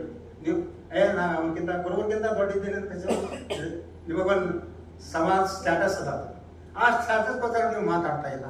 ಸೊ ನಾವು ಮಾತಾಡ್ತಾ ಇದ್ದೀವಿ ಕಸಿ ನಮ್ಮ ಮುಟ್ಟುಗೋಲು ಹಾಕಲ್ಲ. ಮುಟ್ಟುಗೋಲು ಯಾವ ಮುಖಾಂತರ ಹಾಕ್ತಾ ಇದ್ದೀರಿ ನೀವು? ಸಂವಿಧಾನ ಮುಖಾಂತರ ಹಾಕ್ತಾ ಇಲ್ಲ, ಸುಪ್ರೀಂ ಕೋರ್ಟ್ ಮುಖಾಂತರ ಹಾಕ್ತಾ ಇದೆ. ರೂಲ್ ಏನಿದೆ? ಒಳ ಮೀಸಲಾತಿ ಮಾಡ್ಲಾಕ ಪ್ರಯೋಜನ ಅದ ಏನ? ಸಂವಿಧಾನದಾಗ ಇಂಥ ಆರ್ಟಿಕಲ್ದಾಗ ಒಳ ಮೀಸಲಾತಿ ಮಾಡ್ಬೋದು ಅಂತ ಹೇಳಕ್ಕೆ. ಸೊ ನಾವು ಬ್ಯಾಕ್ವರ್ಡ್ ಜನ ಇಲ್ಲ, ಅಷ್ಟು ಬುದ್ಧಿ ಬಂದಿದ್ದವ್ರು ಇಲ್ಲ. ನೀವು ರಾಮ ಮಂದಿರ ಇಶ್ಯೂ ಏನು ಜಜ್ಮೆಂಟ್ ಕೊಟ್ಟಿರಲ್ಲ, ಅಷ್ಟ ಮೇಲೆ ಜಜ್ಮೆಂಟ್ ಕೊಟ್ಟಿರಿ. ಈ ದೇಶದ ಕೋರ್ಟ್ಗಳು ಅಷ್ಟ ಮೇಲೆ ಕೊಟ್ಟಿರಿ. ರಿಕಾರ್ಡ್ ಮೇಲೆ ಆರ್ಕಿಯಾಲಜಿಕಲ್ ಡಿಪಾರ್ಟ್ಮೆಂಟ್ ಡಾಕ್ಯುಮೆಂಟ್ ಇದೆ, ಹಿಸ್ಟಾರಿಕಲ್ ಏನು ಡಾಕ್ಯುಮೆಂಟ್ ಇದೆ, ಅದರ ಮೇಲೆ ಇದು ಕೊಡ್ತೀನಿ, ಜಜ್ಮೆಂಟ್ ಕೊಡ್ತೀನಿ. ಅಷ್ಟ ಮೇಲೆ ಕೊಡ್ತಿದ್ದೀವಿ ಅಂದ್ರೆ ಸಂವಿಧಾನ ಬಾಹಿರ ಮೇಲೆ, ಸಂವಿಧಾನ ಬಾಹಿರ ಜಜ್ಮೆಂಟ್. ಶೆಡ್ಯೂಲ್ ಕ್ಯಾಸ್ಟ್ ಮತ್ತು ಶೆಡ್ಯೂಲ್ ಟ್ರೈಬ್ಸ್ಗಾಗಿ ಎಲ್ಲಿಂದ ಅಪ್ಲಿಕೇಶನ್ ಇದ್ದಿದ್ದು? ಒಂದು ಪಂಜಾಬ್ ಗೌರ್ಮೆಂಟ್ 1975ದಾಗ ಆಗಿದೆ, ಒಂದು ಹರಿಯಾಣ ಗೌರ್ಮೆಂಟ್, ಮೂರನೇದು ತೆಲಂಗಾಣ ಅಂದ್ರೆ ಅವಾಗ ಆಂಧ್ರ ಪ್ರದೇಶ. ಈ ಮೇಲೆ ನೀವೆಲ್ಲ ಕ್ಲಬ್ ಮಾಡ್ಕಸಿ ಜಜ್ಮೆಂಟ್ ಕೊಟ್ಟಿರಿ. ನಿಮ್ಮಲ್ಲಿ ಎಂಪೆರಿಕಲ್ ಡಾಟಾ ಐತಿ ಅಂದ್ರೆ ಸುಪ್ರೀಂ ಕೋರ್ಟ್ ಬಳಿ ಎಷ್ಟು ಜನ ಓದಿನಾರ, ಎಷ್ಟು ಜನ ಎಂಪ್ಲಾಯ್ಮೆಂಟ್ ಮಾಡಿದಾರ, ಎಷ್ಟು ಜನ ಹೊಲ ನೆಲ ಪ್ರಾಪರ್ಟಿ ಮಾಡಿದಾರ, ಎಷ್ಟು ಜನ ಪೊಲಿಟಿಕಲ್ ಬೆನಿಫಿಟ್ ಎಂಪೆರಿಕಲ್ ಡಾಟಾ ಐತಿ ನಿಮ್ಮಲ್ಲಿ? ಇಂಪಿರಿಕಲ್ ಡಾಟಾ ಇದೆ. ಇಂಪಿರಿಕಲ್ ಡಾಟಾ ಇಲ್ಲದೇ ನೀವು ಜಡ್ಜ್ಮೆಂಟ್ ಕೊಡ್ತಾ ಇದ್ದೀರಿ. ಜೊತೆಗೆ ಎಲ್ಲ ಆಲ್ ಸ್ಟೇಟ್ದವರು ಡೈರೆಕ್ಷನ್ ಕೊಡ್ತಾ ಇದ್ದಾರೆ. ಸ್ಟೇಟ್ ಇದು ಮಾಡ್ಬೋದು ಅಂತ ರೂಲ್ ಏನು ಹೇಳ್ತಾ ಇದೆ ಅಂದ್ರೆ ಇನ್ಕ್ಲೂಷನ್ ಆ್ಯಂಡ್ ಎಕ್ಸೆಲ್ಯೂಷನ್ಗೆ ಮಾಡ್ಬೇಕಂದ್ರೆ ಪಾರ್ಲಿಮೆಂಟಿಗೆ ಅಮೆಂಡ್ಮೆಂಟ್ ಬಿಲ್ ತರಬೇಕು. 341 ಅಮೆಂಡ್ಮೆಂಟಿಗೆ ಬಿಲ್ ತರಬೇಕಾಗಿತ್ತು. ಬಿಲ್ ತರಾನೇ ನಿಮ್ಮಲ್ಲಿ ಬಿಲ್ ತಂದ್ರೆ ಆ ಕಡೆ ಏನು ಉತ್ತರ ಭಾರತ ಜನ ಇದ್ದಾರೆ, schedule caste and schedule tribe ಜನ ಸ್ಟ್ರಾಂಗ್ ಜನ ಇದ್ದಾರೆ. 73 MP ಇದ್ದಾರೆ, ವಿರೋಧ ಮಾಡ್ತಾ ಇದ್ದಾರೆ. ನೀವು ಏನು ಮಾಡ್ತಾ ಇದ್ದೀರಿ, ಮೊದಲು ಏನು ಪಂಚಾಯತ್ ರೂಲ್ ಮಾಡಿರಲ್ಲ, ನೀವು ನಮ್ಮ ಕೋಟಾ ಮೊದಲು ಫುಲ್ಫಿಲ್ ಮಾಡಿ. ಕೋಟಾ ಫುಲ್ಫಿಲ್ ಅಂದ್ರೆ ನಾವು ನಿಮ್ಮ ಲೆವೆಲ್ದಾಗ ಬಂದೇವ ಅಂದ್ರೆ ನಾವು ಬಿಡ್ಲಕ್ಕೆ ತಯಾರಿರ್ತೀವಿ. ಈಗಲೂ ನಾವು ತಯಾರಿರ್ತೀವಿ. ಸೊ ಈ ಥರ ನೀವು ಪಾರ್ಲಿಮೆಂಟ್ ಅವಾಯ್ಡ್ ಮಾಡಿ, ಸಂವಿಧಾನಕ್ಕೆ ಅವಾಯ್ಡ್ ಮಾಡಿ, ನೀವು ಕೋರ್ಟ್ ಮುಖಾಂತರ, ಜುಡಿಷರಿ ಮುಖಾಂತರ ನೀವು ಜಡ್ಜ್ಮೆಂಟ್ ಕೊಡ್ತಾ ಇದ್ದೀರಿ. ಅದು ತಪ್ಪದ ಅಂತ ನಾವು ಮಾತಾಡ್ತೀವಿ. ಮೂರನೇದಾಗಿ ಇದು ಏನು ಜಡ್ಜ್ಮೆಂಟ್ ಅದ, ಇದು ಪೊಲಿಟಿಕಲ್ ಜಡ್ಜ್ಮೆಂಟ್ ಅದ, ಜುಡಿಷಿಯಲ್ ಜಡ್ಜ್ಮೆಂಟ್ ಇಲ್ಲಿದು. ಸೊ ನಮ್ಮ ಜನರಿಗೆ ಏನು ABCD ಆಗ್ಬೇಕಂತಾರಲ್ಲ, ಮಿಸ್ಗೈಡೆಡ್ ಇದ್ದಾರೆ, ಮಿಸ್ಗೈಡೆಡ್ ಮಿಸ್ರಿಪ್ರೆಸೆಂಟೇಟಿವ್ ಜನ ಇದ್ದಾರೆ. ಸೊ ಈ ನಮ್ಮ ಜನರಿಗೆ ನಾವು ಏನು ಹೇಳ್ತಾ ಇದ್ದೀವಿ ಅಂದ್ರೆ, ನೋಡ್ರಿ ABCD ಮಾಡಿದ್ರೆ ನಮಗೆ ಬೆನಿಫಿಟ್ ಸಿಗ್ತದಂತ ಏನು ಕರ್ನಾಟಕದಾಗ ಹೇಳ್ತಾ ಇದ್ದೀರಲ್ಲ ನೀವು. ಯಾರು ಸೋಕಾಳ್ ಬಾಬಾ ಸಾಹೇಬ್ರು ಫ್ರೂಟ್ ತಿಂದಿನವ್ರು, ಬಾಬಾ ಸಾಹೇಬ್ರು ಫ್ರೂಟ್ ತಿಂದಿನವ್ರು, ಬಾಬಾ ಸಾಹೇಬ್ರ ತಮ್ಮ ಮಕ್ಕಳ ಹಣವನ್ನು ದಾಟ್ಕಸಿ ನಿಮಗೆ ಈ ರಿಸರ್ವೇಷನ್ ತಂದಿದ್ರು, ತಮ್ಮ ಹೆಂಡತಿಯನ್ನು ಸತ್ಯದ ಹಣವನ್ನು ದಾಟ್ಕಸಿ ರಿಸರ್ವೇಷನ್ ತಂದು ಕೊಟ್ಟಿದ್ರು. ಇವತ್ತು ಆ ಫಲ ತಿಂದ ಕಸಿ ನೀವೇನು ಹೇಳ್ತಾ ಇದ್ದೀರಿ 5% ಸಿಕ್ಕರೂ ಸಾಕಲ್ಲ ಅಂತ. ಯಾಕಂದ್ರೆ ನೀವು ಮಾಡಿದಿರಿ, ನಿಮ್ಮ ಮಕ್ಕಳು ತಿಂದಿರಿ, ನೌಕರಿದಾಗ ಬಂದಿರಲ್ಲ, ಚಪರಸರಿ ಬಂದಿರಿ, ಟೀಚರ್ ಎಲ್ಲ ಬಂದಿರಿ, ಎಬ್ಬರು ಗಂಡ ಹೆಂಡತಿ ಇದ್ದೀರಲ್ಲ. ಅದಕ್ಕೆ ನಮ್ಮ chief justice of India Gavai ಸಾಹೇಬರು ಕ್ರಿಮಿಲೇಯರ್ ಹಚ್ಚಬೇಕು ಅಂತ ಹೇಳಿದ್ರು. ನಿಮಗೆ ಕ್ರಿಮಿಲೇಯರ್ ಹಾಜರ ನೀವು ಬರ್ತೀರಿ ಅಂದಿದ್ರಾಗ ಮನಗೆ 5% ಸಿಗ್ತದೆ ಮಿಸ್ಗೈಡ್ ಮಾಡ್ತಾ ಇದ್ದಾರೆ. ಈಗ ನಾಳೆಗೆ ನಾನು ಹೇಳ್ತಾನೆ, ನೀವು ಪತ್ರಿಕೆ ಪ್ರಕಟಣೆ ಮಾಡ್ತಾರ ಅವರು, ಸೂರ್ಯವಂಶಿ ಮಿಸ್ಗೈಡ್ ಮಾಡ್ತಾ ಇದ್ದಾನ, 5 ಸಿಕ್ಕಿದೆ ನಮ್ಮ ಉಡ್ಯಾಗ, ಅದು ಮಣ್ಣು ಹಾಕಿದ್ರು ನಮ್ಮ ಬಾಯಿದಾಗ, ನಾಳೆಗೆ ಹೇಳ್ತಾನೆ ನನಗೆ, ನಾನು ಹೇಳ್ತಾನೆ. ಸೊ ಇದು ನಾವು ಬಾಯಿಗೆ ಹೇಳ್ತಾ ಇಲ್ಲ, ಅವ್ರು ನಮ್ಮ ಜೊತೆ ಚರ್ಚೆ ಮಾಡ್ಬೇಕು. ಏನಂದ್ರೆ ನೀವು ಯಾರು ಇಲ್ಲ, ಈ ದೇಶದ ಒಳ್ಳೆಯ ಅಡ್ಮಿನಿಸ್ಟ್ರೇಷನ್ ಲೈನ್ದಾಗ ಯಾರಿದ್ದಾರೆ ಅವ್ರು ಬರಬೇಕು. ಈ ದೇಶದಾಗ ಸುಪ್ರೀಂ ಕೋರ್ಟ್ನಲ್ಲಿ ಯಾರು ಪ್ರಾಕ್ಟೀಸ್ ಮಾಡ್ತಾರೆ, ಯಾರು ಕಾನ್ಸ್ಟಿಟ್ಯೂಷನ್ ಎಕ್ಸ್ಪರ್ಟ್ ಇದ್ದಾರೆ, ಅವ್ರ ಜೊತೆ ಅವ್ರು ಕರ್ಕೊಂಡು ಬಂದು ಅವ್ರ ಜೊತೆ ಚರ್ಚೆ ಮಾಡ್ತಾರೆ. ಜೊತೆಗೆ ಈ ದೇಶದಲ್ಲಿ ಅಡ್ಮಿನಿಸ್ಟ್ರೇಷನ್ ಲೈನ್ದಾಗ ಏನಿದ್ದಾರಲ್ಲ ಆ ಜನ ಮಾಡೋದು. ಹಂಗೆ ಯಾವ ಥರ ಈಗ ಸೆಂಟ್ರಲ್ ಯೂನಿವರ್ಸಿಟಿ 70 ಯೂನಿವರ್ಸಿಟಿ ಅವ, ಸ್ಟೇಟ್ ಯೂನಿವರ್ಸಿಟಿ ನಂಬರ್ 35 ಯೂನಿವರ್ಸಿಟಿ ಅವ. ಆ ಯೂನಿವರ್ಸಿಟಿದಾಗ ಎಷ್ಟು ಕೋಟಾ ಫಿಲಪ್ ಮಾಡಿದ್ದೀನಿ ನಾ ಅಂಕಿಅಂಶಗಳು ಇಲ್ಲಿ ತಂದಿಲ್ಲ. ನೆಕ್ಸ್ಟ್ ಅಂದ್ರೆ ನನ್ನ ವಿರುದ್ಧ ಏನು ಸ್ಟೇಟ್ಮೆಂಟ್ ಬರ್ತದಲ್ಲ, ಅವಾಗ ಈ ಸ್ಟೇಟ್ಮೆಂಟ್ ತೊಗೊಂಡು ಬರ್ತೀನಿ ನಾನು. ಟೋಟಲ್ ಯಾರು ಜನರಿಗೆ ಎಷ್ಟು ಸಿಕ್ಕಿದೆ, ಬ್ಯಾಕ್ವರ್ಡಿಗೆ ಎಷ್ಟು ಸಿಕ್ಕಿದೆ, ಶೆಡ್ಯೂಲ್ ಕ್ಯಾಸ್ಟಿಗೆ ಎಷ್ಟು ಸಿಕ್ಕಿದೆ, ಶೆಡ್ಯೂಲ್ ಟ್ರೈಬಿಗೆ ಎಷ್ಟು ಸಿಕ್ಕಿದೆ, ಮುಸಲ್ಮಾನರಿಗೆ ಎಷ್ಟು ಸಿಕ್ಕಿದೆ, ಜನರಿಗೆ ಎಷ್ಟು ಸಿಕ್ಕಿದೆ. ಮತ್ತು ಜನರಲ್ನಲ್ಲಿ 3 ಕ್ಯಾಟಗರಿ ಅವ. ಒಂದು ಬ್ರಾಹ್ಮಣ ಇದ್ದಾನೆ, ಒಂದು ರಾಜಪೂತ್ ಇದ್ದಾನೆ, ಒಂದು ಬಿಸ್ನೆಸ್ ಮ್ಯಾನ್ ಇದ್ದಾನೆ. ಸೊ ಅವ್ರಲ್ಲಿ ಯಾರು ಸಿಕ್ಕಿದೆ. ಈಗ ನೀವು ಯಾರು ಬಿಸ್ನೆಸ್ ಮ್ಯಾನ್ ಇದ್ದೀರಿ ಹೇಳ್ರಿ, ನೀವು ಬಿಸ್ನೆಸ್ ಮ್ಯಾನ್ ಇದ್ದೀರಿ, ನೀವು ರೈತರು ಇದ್ದೀರಿ, ನನ್ನ ನಜರ್ದಾಗ ನೀವು ರೈತರು ಇದ್ದೀರಿ, ಲೇಬರ್ ಇದ್ದೀರಿ. ನಾವು ಸಣ್ಣ ಲೇಬರ್ ಇದ್ದಿರ್ಬೋದು, ನೀವು ದೊಡ್ಡ ಲೇಬರ್ಗಳು. ಆ ನಂತರ ಈ ದೇಶನೇ ಪ್ರೈವೇಟೈಸೇಷನ್ ಆಗ್ತಾ ಇದೆಯಲ್ಲ, ರಿಸರ್ವೇಷನ್ ಪ್ರಶ್ನೆಗೆ ಇಲ್ಲಿ ಬರ್ತದೆ, ಟೋಟಲಿ ಪ್ರೈವೇಟೈಸೇಷನ್ ಆಗಿದೆ. ಏನು ಉಳಿದಿದೆ ಹೇಳಿ. ಈಗ ನೀವು KPSC ರಿಸಲ್ಟ್ ನೋಡಿದ್ರು, 3 ಸರಿ KPSC ರಿಸಲ್ಟ್ ಲೀಕ್ ಆಗಿದೆ ಅಂತ ಹೇಳ್ತಾರೆ. ಈಗ ಬರೀ ಲೀಕ್ ಮಾಡೋದಾಗೆ 13 ಕರೋड़ ರೂಪಾಯಿ ಖರ್ಚು ಮಾಡಿದ್ರು KPSCದಾಗ. ಇದಕ್ಕೆ ಏನು ನಮ್ಮ ಏನು ಹುಡುಗರು ಇದ್ದಾರ, ಅನ್ಎಂಪ್ಲಾಯ್ಡ್ ಹುಡುಗರು, ಕನ್ಸ್ಯೂಮರ್ ಕೋರ್ಟಿಗೆ ಹೋಗ್ಬೇಕು ಸಿದ್ದರಾಮಯ್ಯ ವಿರುದ್ಧ. 13 ಕರೋड़ ರೂಪಾಯಿ ಒಂದರ ನಮ್ಮ ದುಡ್ಡು ಖರ್ಚು ಮಾಡ್ತೀವಿ. ಎರಡನೇದಾಗಿ ನಾವು ರೈಲ್ವೆ ಸ್ಟೇಷನ್ನಾಗ ಬಿದ್ದೀವಿ, ಬಸ್ ಸ್ಟ್ಯಾಂಡ್ ಮಕ್ಕೊಂಡು ಕಸಿ ಪರೀಕ್ಷೆ ಕೊಟ್ಟು ಬಂದಿದ್ದು. ಈ ತ್ರಾಸ್ ನೀವು ಕೊಡ್ತಾ ಇದ್ದೀರಿ. ಈಗ ಏನು ಜरूरत ಇದೆ? ಈಗ ನಾವು ಹೇಳ್ತಾ ಇದ್ದೇವೆ ಕಾಂತರಾಜ್ ವರದಿ ಹೊರಗ್ತಾರೆ ಅಂತ ಹೇಳಿ. ಕಾಂತರಾಜ್ ವರದಿ ಹೊರಗ್ತಾರಲ್ಲ, ಯಾಕೆ ತರಲ್ಲ ಅಂದ್ರೆ ಇವ್ರಿಗೆ ಒತ್ತಡದ, ರಾಜಕೀಯ ಒತ್ತಡದ. ರಿಸರ್ವೇಷನ್ ಸಿಸ್ಟಮೇ ಏನಾಗಿದೆ ಅಂದ್ರೆ ಇದು ಪೊಲಿಟಿಕಲ್ ವೆಪನ್ಸ್ ಆಗಿದೆ. ಪೊಲಿಟಿಕಲ್ ವೆಪನ್ಸ್ ಅದ. ಯಾರು ಓಟ್ ಹೆಚ್ಚವ ಯಾರು. ಈಗ ಒಳ ಮೀಸಲಾತಿ ಕೊಡ್ರಿ ನಮ್ಮ ಬಂಧುಗಳು ಹೋರಾಟ ಮಾಡ್ತಾ ಇದ್ದಾರ, ನಾಳೆಗೆ ಆಗ್ಬೇಕು ಎಂಬಲ್ಲ. ಎಲ್ಲಿವರೆಗೆ ಒಳ ಮೀಸಲಾತಿ ಜಾರಿ ಆಗಲ್ಲ ಅಲ್ಲಿವರೆಗೆ ಎಂಪ್ಲಾಯ್ಮೆಂಟ್ ಮಾಡಬೇಡ್ರಿ ಅಂತ ಹೇಳ್ತಾ ಇದ್ದಾರೆ. ಪೋಸ್ಟ್ ಫಿಲಪ್ ಮಾಡಬೇಡ್ರಿ ಅಂತ ಹೇಳ್ತಾ ಇದ್ದಾರೆ. ಸೊ ನಾವು ಕೇಳೋದೇನೋ ಪೋಸ್ಟ್ ಫಿಲಪ್ ಮಾಡಬೇಡ್ರಿ ಅಂತ ಕೇಳ್ತಾ ಇದ್ದೀರಿ. ಈಗ ಒಂದು ಕಡೆ ಈ ಶೆಡ್ಯೂಲ್ ಕ್ಯಾಸ್ಟ್ನಲ್ಲಿ ಅಂತ ಯಾರಿಗೆ ನಾವು ನಮಗೆ ಟೈಟಲ್ ಕೊಟ್ಟಿದ್ದೆ ಎಡಗೈ ಅಂತ, ಏನು ಬಲಗೈ ಬೈ ಕನ್ನಡದಾಗ ರೈಟ್ ಸೆಕ್ಷನ್ ಬಲಗೈ ಅಂತ ಹೇಳಿದ್ದಾರೆ. ಬಲಗೈ ಸಂಖ್ಯಾ ಆ ನಂತರ ಗ್ರೂಪ್ 3ನಲ್ಲಿ ಲಂಬಾಡಿ, ಬೋವಿ, ವಡ್ಡರ್, ಸಮಗಾರ್, ಚಮಾರ್ ಎಲ್ಲ ಏನು ಜಾತಿ ಆಗಿದ್ದೀವಿ. ಇವ್ರು ನಮ್ಮ ಎಲ್ಲರ ಸಂಖ್ಯೆ ಕೇಳಿದ್ರೆ 18% ಇದ್ದೇವೆ ನಾವು. ಈಗ ಬರೀ ಮಾದಿಗಾನೇ ಜನ ನೀವೇನು ಹೇಳ್ತಾ ಇದ್ದೀರಲ್ಲ, ನಾವು 6% ಇದ್ದೀವಿ ಅಂದ್ರೆ ನೀವು 6% ಅಂತ ಹೇಳ್ತೀರಿ, 18% ಹೇಳ್ತೀರಿ. ಮೆಜಾರಿಟಿ ರೂಲ್ ದಿ ಕಂಟ್ರಿ ಅಂತ ಹೇಳ್ತೀರಿ ನೀವು ಒಂದು ಕಡೆ ಅಲ್ಲ. ಮತ್ತು ನಾವು ಮೆಜಾರಿಟಿ ಇದ್ದೀವಲ್ಲ ಎರಡು, ಅವ್ರು ಬೇಡ ಅಂತ ಇದ್ದಾರೆ, ಕಲ್ತೂರಾಟ ಮಾಡ್ತಾ ಇದ್ದಾರೆ ಅವ್ರ ಜನ.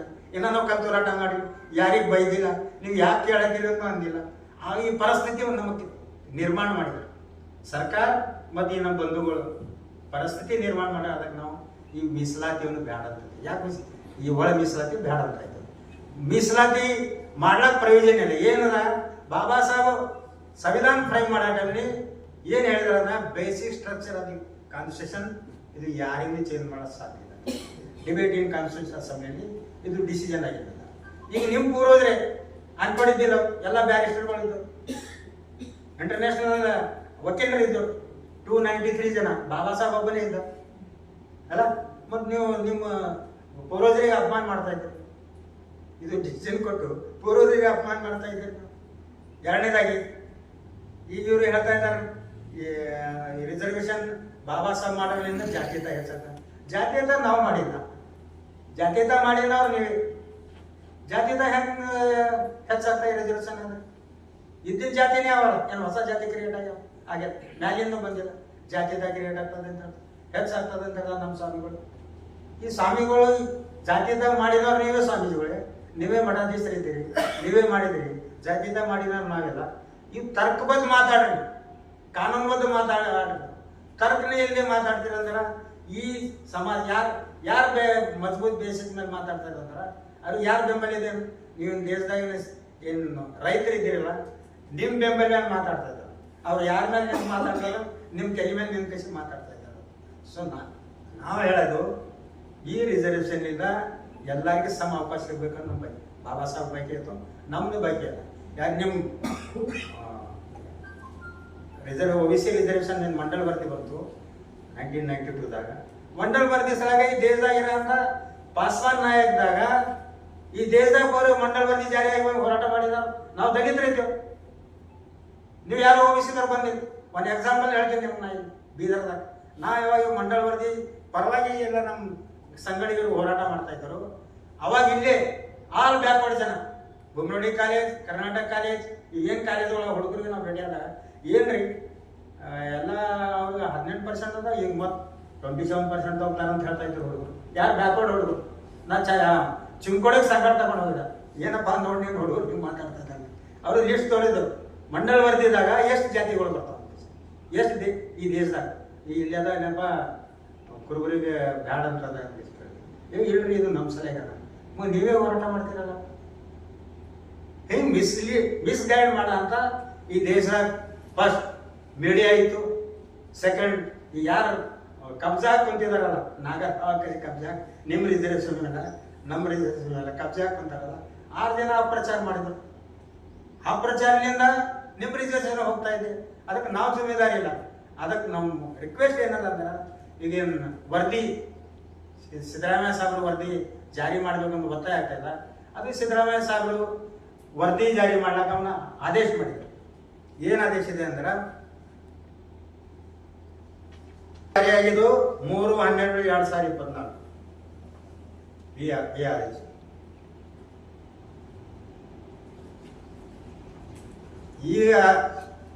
ಈ ವರದಿನಲ್ಲಿ 8 ಆದೇಶವನ್ನು ನಾಗಮೋಹನ್ ದಾಸ್ ಸಾಹೇಬ್, ಗೌರವಾನ್ವಿತ Shri HN Nagamohan Das, retired judge, supreme court ಅಂತ ಹೇಳಿದ್ದಾರೆ. ಒಂದು ಏನದ, ಕರ್ನಾಟಕ ರಾಜ್ಯದಲ್ಲಿ ಲಭ್ಯ ಇರುವ, ಮೊದಲನೇ ಪಾಯಿಂಟ್, ಕರ್ನಾಟಕ ರಾಜ್ಯದಲ್ಲಿ ಲಭ್ಯ ಇರುವ ದತ್ತಾಂಶ ಮತ್ತು 2011 ಜನಗಣತಿಯನ್ನು ಪರಿಗಣಿಸಿ ವೈಜ್ಞಾನಿಕವಾಗಿ ತರ್ಕಬದ್ಧವಾಗಿ ಒಳ ಮೀಸಲಾತಿಯನ್ನು ಹೋಮೋಜೋನಿಸ್ ಇದೆಯೋ ಅಥವಾ ಹೆಟ್ರೋಜೋನಿಸ್ ಇದೆಯೋ ಅದರ ಬಗ್ಗೆ ಮಾಹಿತಿ ಕಲೆ ಹಾಕಬೇಕು ಅಂತ ಹೇಳಿದ್ದಾರೆ. ಒಂದು.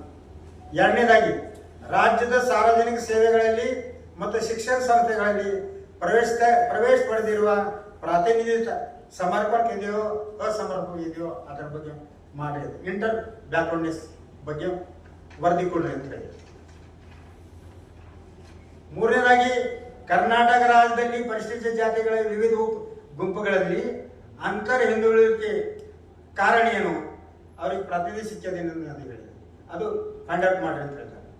ಆಯೋಗವು ಅಗತ್ಯವಿದ್ದಲ್ಲಿ ತನ್ನ ವಿವೇಚನೆಯಂತೆ ಮತ್ತು ಅಂತರ ಹಿಂದುಳಿಕೆ ಬಗ್ಗೆ ಇನ್ನಿತರ ಸೂಕ್ತ ದತ್ತಾಂಶಗಳನ್ನು ಇಂಪೆರಿಕಲ್ ಡಾಟಾಗಳನ್ನು ಕಲೆ ಹಾಕಬೇಕಂತ ಹೇಳಿದ್ದಾರೆ. ಐದನೇದಾಗಿ ಆದಿ ಕರ್ನಾಟಕ, ಆದಿ ದ್ರಾವಿಡ್ ಮತ್ತು ಆದಿ ಆಂಧ್ರ ಈ ಜಾತಿಗಳನ್ನು ನೀವು ಯಾವ ಕ್ಯಾಟಗರಿಗೆ ಸೇರಿಸ್ತಾರೆ, ಏನು ಬಡಗಲಿ ಸೇರಿಸ್ತಾರೋ ಏನು ಎಡಗಲಿ ಸೇರಿಸ್ತಾರೋ ಅದರ ಬಗ್ಗೆ ಕೂಲಂಕುಷವಾಗಿ ಆಂಥ್ರೋಪಾಲಜಿಕಲ್ ಸರ್ವೆ ಆಫ್ ಇಂಡಿಯಾ ಪ್ರಕಾರ ಅದು ಡಿಸಿಷನ್ ತಗೊಳ್ಳಿ ಅಂತ ಹೇಳ್ತಾರೆ. ಆ ನಂತರ ಆರನೇದು ಏನಿದೆ ಅಂದ್ರೆ ಪರಿಶಿಷ್ಟ ಜಾತಿಗಳನ್ನು ವಿವಿಧ ಉಪಗುಂಪುಗಳನ್ನು ಸಾಮಾಜಿಕ, ಆರ್ಥಿಕ, ರಾಜಕೀಯ ಮತ್ತು ಶೈಕ್ಷಣಿಕ ಹಿಂದುಳಿಕೆ ಬಗ್ಗೆ ವಿವಿಧ ಸಮಸ್ಯೆಗಳನ್ನು ಪರಿಶೀಲಿಸಬೇಕು ಅಂತ ಹೇಳಿದ್ದಾರೆ. ಜೊತೆಗೆ 2012ರಿಂದ ಇಲ್ಲಿವರೆಗೆ ಎಷ್ಟು ಆಯೋಗಗಳಾಗಿವೆ, 2012ರಿಂದ ಇಲ್ಲಿವರೆಗೆ ಎಷ್ಟು ಆಯೋಗಗಳ ಕೂಲಂಕುಷ ಪರಿಶೀಲಿಸಿ ಅಂತ ಹೇಳ್ತಾರೆ. ಆದ್ರೆ ಇದಕ್ಕೆ ಏನ್ ಹೇಳ್ತಾ ಇದ್ದಾರ ಎಡಗೈ ಜನ, ಇಲ್ಲ ನೀವು ಸದಸ್ಯ ಆಯೋಗ ಜಾರಿ ಮಾಡ್ಬೇಕಂತ ಹೇಳ್ತಾರೆ. ಇವು ಮೂರು ಆಯೋಗ ಅಂದ್ರೆ ಯಾವುದು? ಪಂಜಾಬ್, ಹರಿಯಾಣ ಮತ್ತು ಆಂಧ್ರ ಪ್ರದೇಶ ಆಯೋಗನು ಇದರ ಬಗ್ಗೆ ನೀವು ಕೂಲಂಕುಷವಾಗಿ ಪರಿಶೀಲನೆ ಮಾಡ್ರಿ ಅಂತ ಹೇಳ್ತಾ ಇದ್ದಾರೆ. ಏಳನೇದಾಗಿ ಮೀಸಲಾತಿ ನೀತಿಗಳ ಪ್ರಯೋಜನವನ್ನು ಪರಿಶಿಷ್ಟ ಜಾತಿಗಳ ವಿವಿಧ ಉಪಗುಂಪುಗಳ ನಡುವೆ ಸಮಾನವಾಗಿ ಹಂಚಿಕೆ ಆಗಿದೆ ಅಂತ ನೋಡುತ್ತೆ. ಆಯೋಗವು ತನ್ನ ಸಭೆಗಳನ್ನು ಬೆಂಗಳೂರು ಅಥವಾ ಇನ್ನಿತರ ಬಿದ್ದರೆ ಇತರ ಸ್ಥಳದಲ್ಲೂ ಮಾಡಬೇಕಂತ ಹೇಳ್ತಾರೆ. ಈಗ ನಮ್ಮ ಜನ ಏನ್ ಹೇಳ್ತಾರೆ, ಆಯೋಗಕ್ಕೆ ಇಲ್ಲಿ ಬರ್ಲಕ್ಕಾಗಲ್ರಿ, ನಾವು ಬೆಂಗಳೂರಿಗೆ ಹೋಗ್ಬೇಕಂತ ಹೇಳ್ತಾ ಇದ್ದಾರೆ. ಬಟ್ ಆದೇಶದಲ್ಲಿ ಈ ತರ ಇದೆ. ನಾವು ಎಂಪರಿಕಲ್ ಡಾಟಾ ಕಲೆಕ್ಟ್ ಮಾಡ್ಲಾಕ ಪ್ರತಿಯೊಂದು ಜಿಲ್ಲಾಗೆ ಬರಬೇಕು, ಎಲ್ಲ ಸಮಾಜದ ಹಿರಿಯರಿಗೆ ಕರಿಬೇಕು, ಅವ್ರೇನು ಡಾಟಾ ಸಬ್ಮಿಟ್ ಮಾಡ್ತಾರೆ ಅದು ಪರಿಗಣಿಸ್ಬೇಕು. ಅಲ್ಲಿ ಕುಂತು ನೀವು ಪರಿಗಣಿಸಿದ್ರೆ ನೀವು ಅನ್ಯಾಯ ಆಗ್ತದೆ. ಈಗ ನಾವು ಹೇಳ್ತಾ ಇದ್ದೇವೆ ಸದಾಶಿವ ನಮ್ಮ ಜಿಲ್ಲಾದಾಗ ಬಂತೇನ್ರಿ, ನೀವು ಪತ್ರಕರ್ತರಿದ್ರಿ 2012ರಿಂದ 2018ವರೆಗೆ ಬಂತೇನು? ನಮ್ಮ ಜಿಲ್ಲಾದಾಗ ನಾವು ಬಂದಿವಿ, ನಾವು ಗುಲ್ಬರ್ಗ ಕೇಳಿದ್ರೆ ಬಂದಿಲ್ಲ ಅಂತ ಹೇಳಿ, ಎಲ್ಲ ಕಡೆ ಕೇಳಿದ್ರೆ ಬಂದಿಲ್ಲ ಅಂತ ಹೇಳ್ತಾರೆ. ಯಾವ ಆಯೋಗೇ ಬಂದಿಲ್ಲ, ಆಯೋಗ ಜಾರಿ ಮಾಡಿ